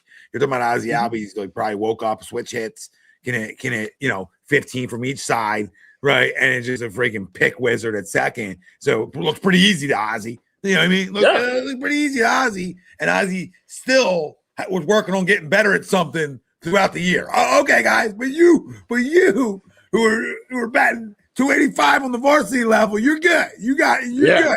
Yeah. You don't need no help. Gotcha. Yeah, you got it all figured out. This isn't like a shot at people who don't do it. It's more of the educational piece of like, we're making light of it, having fun with it, but like the educational piece of this is like, if you can do it, you need to do it because it's important, right? Or you need to find somebody who can come to you for a cheaper work. I don't know, but you need to find that person, right? Right, that you can relate to you, right? That you can relate to them, and that you have like it doesn't have this have to be this like special bond either. Like it just got to be somebody that relates to you, that you understand the words that are coming out of their mouth, and you can grow as a player. Absolutely. And these you gotta surround yourself. I was about to say something. Thank goodness I did not. So I'll tell you guys that one. I will be nice enough to say that one for you guys off air. We have a problem with some of these kids and some of these parents as well, and we'll get more in depth with that as we progress with the podcast, right? And I mean, we could go on for. I mean, if we could go for days, I'm sure the three of us would go on for days consecutively talking about this. But we do eventually need sleep. But this is something that I feel like there are people who are doing these podcasts and they're barely scraping the surface of the issues of travel baseball. Right, I pop it in. Nate, why? I pop Zins all day. It's like it's new to you. Like it's new to you. It's unfiltered here. Okay, it's unfiltered. But we will. I think the topic of discussions each week, this podcast episode, each episode could go 4 hours long, just on each topic. Going 4 hours, though. I'll tell you that. Right, as we get further in depth with it, people need to realize we're not doing this because we need something to do. We're doing this because we're so passionate about what we do that we want to share it with other people. And my thought process when we first started this was, how can we help people who have those younger kids, and when they're looking for a travel ball team, when they reach that age, what to look for. Right. And we're going to touch on the college stuff as well. And the people that are watching this who have kids in college or kids who are in college watching this, right? We want to educate people, at least I do, of everything about travel baseball, because we see it on a day-to-day basis. And for me, if I was a parent and I'm watching this, I'm like, oh yeah, I'm sitting down with a notepad and a pen taking notes. Keep in mind, you better take notes because it's never going to be organized the way you want it to be, and it's never going to just be like we stayed on one specific topic the whole time, because I don't think having these types of conversations works like that. I don't think if you're going to be open and honest and be raw and unfiltered with our takes, that it should ever be forced. Hey, we're this structure. It can never be structured or strict. I mean, this has to be, I want to say this, right? And then that turns into another conversation. But to your point is, every bit of education from what I should be looking for around 7 years old to what I should be looking for at 17 years old and then into college is here for you. There's nothing And I didn't create the game. I don't act like I'm never gonna act like I know more than everybody else. I just been at every level inside travel ball. There hasn't been a level I haven't coached. I've seen it all. There isn't anything that we're going to talk about that like I personally haven't seen or experienced or heard about. From everything, from the good, bad, indifferent in travel baseball. Because the one thing that will never happen anytime soon is it's going to go away. Right? Kids want to play it. Parents want their kids to play it. And it's became a rat race that it's our job to educate to slow the rat race down. And what I mean by slow the rat race down is where you should be putting your focus into. Yeah. And I leave this is literally my last statement of the day, and you guys can close it out. But the closing thoughts is I've been involved in this forever, and I have a 5-year-old for one at home. Okay. And if I was in a great town travel organization and I felt like not coaching, felt like I was getting the coaching there. Well, why would I go spend more to get the coaching then? If I felt like I was getting it, then I'd go invest those dollars into that training. But if I feel like my town and my coaches in my town, it wasn't too much daddy ball, or it is too much daddy ball, and I don't like the politics of it and all that, then guess where I'm going? Right. And I think that's where parents starts that conversation. Like, I don't think necessarily that you're missing any part of the rat race if you're not involved in this.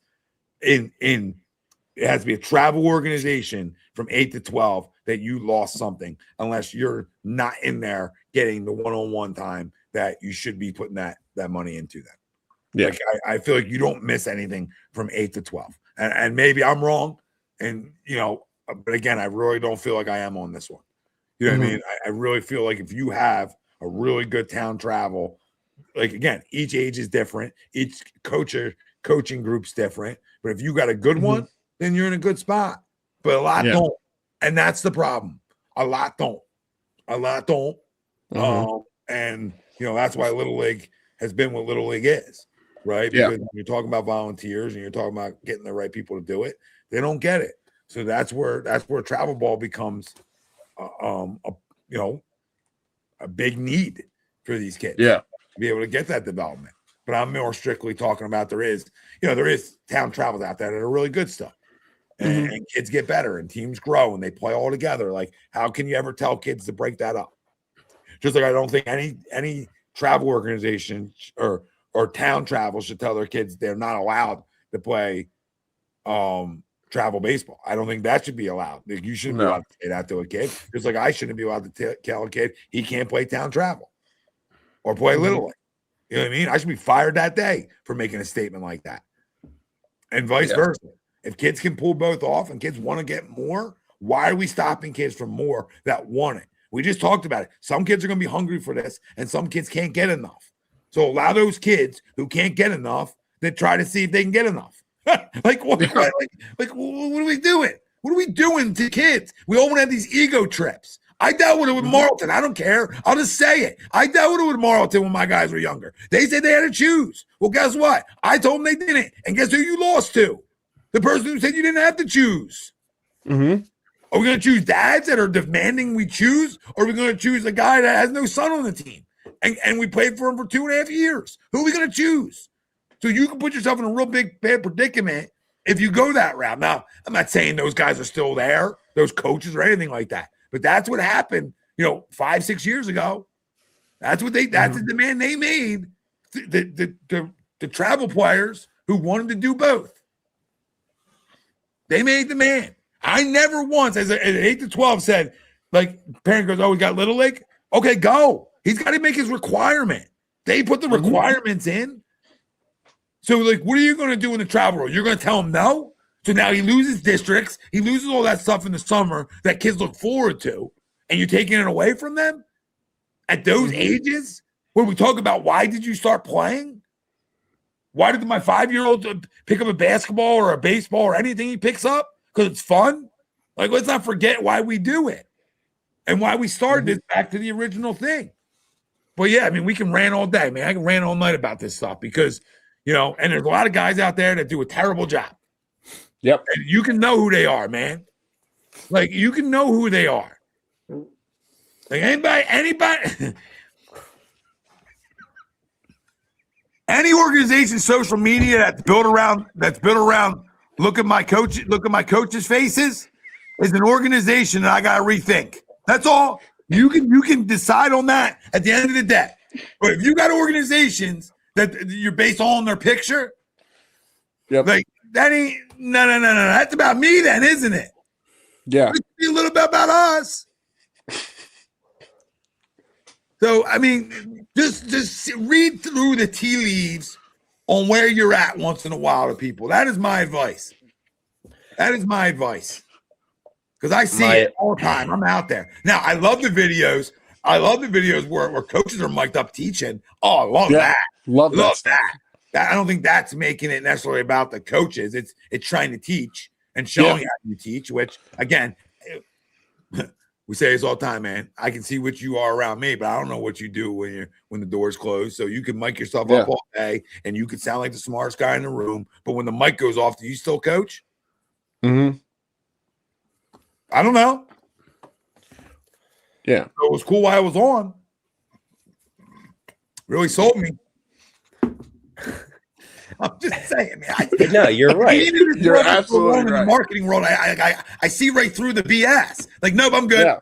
I'm good there. Yeah, I'm out. Yeah. I'm out. We want to make it a dog and pony show baseball. We're going to make it a dog and pony show just to coach baseball.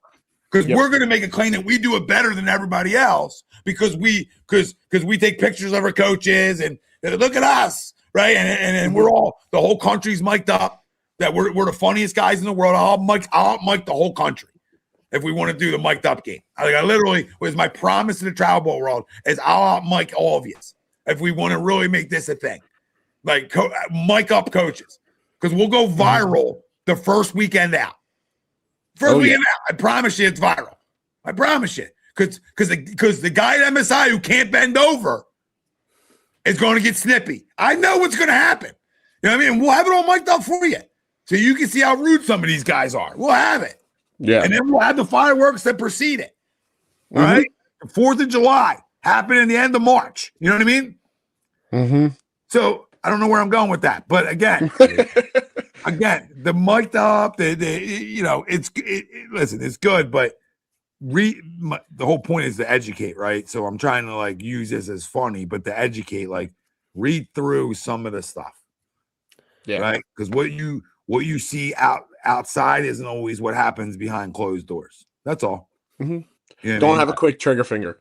Yeah, is the best way to put it. Right. Like you can't just see it something. Places time. Boom. It places time, and that's anywhere. If you play for us, if you play down the street, I don't care where you play. You got to give it time. We've had this conversation, Joey. Right, like you need a year minimum out of place, a full year, not just a spring season, not just a summer season. You need a calendar year to find out if it's the place that's for you or not. You need to get any place you go to that. You must, because if you don't give people a chance, right? You know, we've been around teams that have been reshaped overnight in good ways, right? So I mean, you just don't know, and give whatever organization you're at the opportunity to hear your needs and then fix them. Because then you know, like, okay, I gave this guy a year for something and he didn't do anything about it. Right. And not give out everything we do, but like we were talked to customer service because we want it. Right. Hey, what more can we do? What was missing from 8 to 12? Yeah. You know, back to the scrimmages, back to the games. Right. Which I agree with is like, so we send 8 to 12-year-olds out in the field. And I watch big leaguers get spring training. That means nothing. Right. But then we go, hey, here's 5 events. Time's yours. When hitting's all rhythm and timing, as a coach, you need to know who you have because that's going to make your team better by knowing where you put the pieces of the puzzle at. So how do we get that? Well, we get that by communicating with parents. Parents want more games. Me seeing the need for more games. Let's get more games. Now, if that is asked and brought up and nothing happens to that, well, then they have their answer, don't they? Do I care about it or do I not? And I'm just using me as an example because all I have is my own experiences, right? So you can make an adjustment and try to do more for your teams that better prepare themselves, or you can just sit on your hands and wonder why your team's not winning anything. Now, that doesn't mean the inmates run the asylum and anything anybody ever asks for has to be delivered, or that organization's a piece of garbage. That's not the conversation, because you go ask an organization for 7 hit tracks in there and their head spinning like, how am I getting all this? Where am I getting this money? So, right, it's all on levels, right? But if you're talking about development things that you could see better for players, for your team's players, and you don't listen to that and try to make adjustments by that at all, well, I think we're all doing it wrong, and I think there's too many egos in the game, and that's where I'll leave it, rolling up on 2 hours, which was freaking fantastic. You know what I mean? Because we got out the gates a little slow. Rightfully so, myself included. Starting with first episode, full responsibility. I didn't even know what show I was on anymore. I do too many, so I had to, remember where I'm at. But we got a lot covered. Covered very broadly. Right. Yes. Naturally. Very broad. Leaves the door open to talk more. Because we have to. I mean, the door's wide open here. And we didn't get into We didn't get into nothing yet. Because we didn't even talk about experiences that we're going to deal with when the season starts, experiences that we see that we've corrected as coaches. This isn't just about education. It's about educating other coaches out there too, if we can. Right. We talked about practice plans. We talked about the importance of having structure to what you're doing and actually showing like you care a little bit. Right. I talked about that. You're a bucket guy or you're not. I'll fire anybody on a bucket. I'll come out there at 43 and I'll fire everybody on a bucket. If anyone's about, I'll just fire everybody. Because what are you sitting down for? Like, are we not into this? What do you think you're a big league manager? They don't even sit down. No, they're standing pretty much on the top step. Like, come on. Seen it all. So we're gonna continue to talk about it. Next week we'll be on the, essentially leading with a different topic, but we'll get to a lot of the same points. So hopefully not as long. Not as long. We will trim the fat off of her. A little Ozemic. We'll get a little Ozemic, not a sponsor. All right. We'll trim her down. Got a little carried away tonight. No, rightfully so. Dude, you don't come I'm not saying it like it's a bad thing. No, you don't come out the gates on a brand new episode and tippy-toe around it. Like, we can't come out here and talk transparency and talk honesty and be open with the people out there, right? Like what we're trying to do here, and not come out the gates just flying. So, I mean, great job by everybody. You two picking me up through the beginning, because I'm not gonna lie, that's the first time ever to open a show I may have struggled. And I feel a certain type of way about it. So I got a lot. We talk about resiliency, talk about so what next pitch. There's a prime example of bang. And so what I had to leave it, because about 5 minutes in, I was still on it. It wasn't leaving me. Okay. And I had to get over it. You know what I mean? So we back to resiliency. Back to 2. I almost struck out. And I was able to battle a little Tony Gwynn, 5.5. A few pitches. Hey, that's all you need. Yeah, need a little bounce back. Nobody said had to be crushed home run, right? Little QABs, little quabs, little quabs, backside base hit.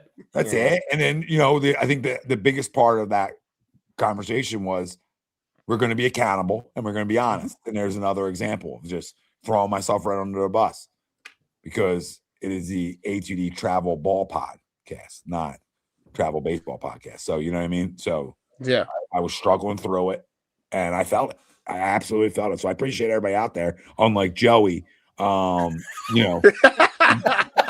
correcting me on everything. So this will be a dress in the work. This will be a dress in the workplace. Yeah, okay. Great times. Anything else? Anything else we can close with? I'm just gonna throw in there. Listen, we're doing this solely to educate and because we love the game. I'm not gonna sit here and act like I am the second coming of Jesus Christ when it comes to baseball. I know everything about travel baseball, and you should all listen to me. My word is everything. Like, that's not what this is, but we're passionate about it, and we want to help. We want to make it so that everybody is more informed about what actually does go on in our day-to-day lives in this business. Yeah. So what we struggle with and what we thrive with. Yes. I just wanted to, throw that little caveat on there. We're not saying we're the end all be all, but if we can inform That's really what's important. We're not Well, preaching the gospel here, right? Yeah. I mean, you two can sit here and absolutely speak for yourselves, and rightfully so. I've been around sports too long to say that I'm not going to sit here and preach to you and tell you what a lot of the gospel is, and tell you a lot that's absolutely factual. And there's going to be things I just don't know, right? Yeah. There's going to be things that I will be wrong with, but I'm going to tell you about 90%.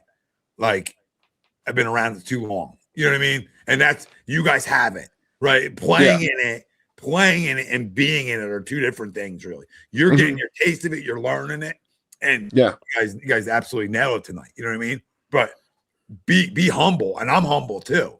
But in terms of like the educational piece, I think I can help you out a ton. Like, I think I got a lot to bring to the table. Or why would I fire the lights up? Why would I turn the lights on? Why would I start the show if I didn't believe this at this point in time, that I didn't have enough serious, not all end all be all knowledge, but enough real knowledge to help you grow? And I would not bring on two people that I didn't think had that knowledge either. They can be humble about it, but I wouldn't bring on two younger guys if I didn't think they didn't get it already. Right. And just to be fair to the audience, like, we're going to be humble.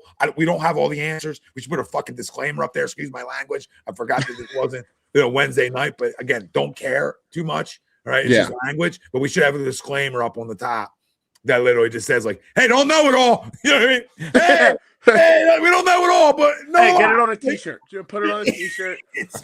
I know 98% of what I'm talking about. Yeah. Let's do it. That's it. We'll get t-shirts made. Podcast motto.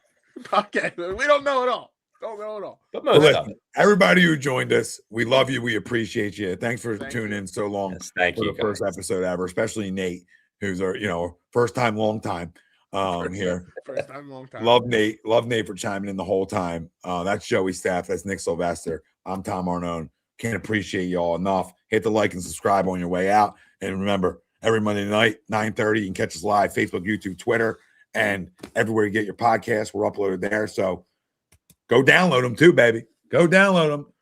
Long road trip. That's right. Yeah. All right, we're out. Great show. Phenomenal. See yous.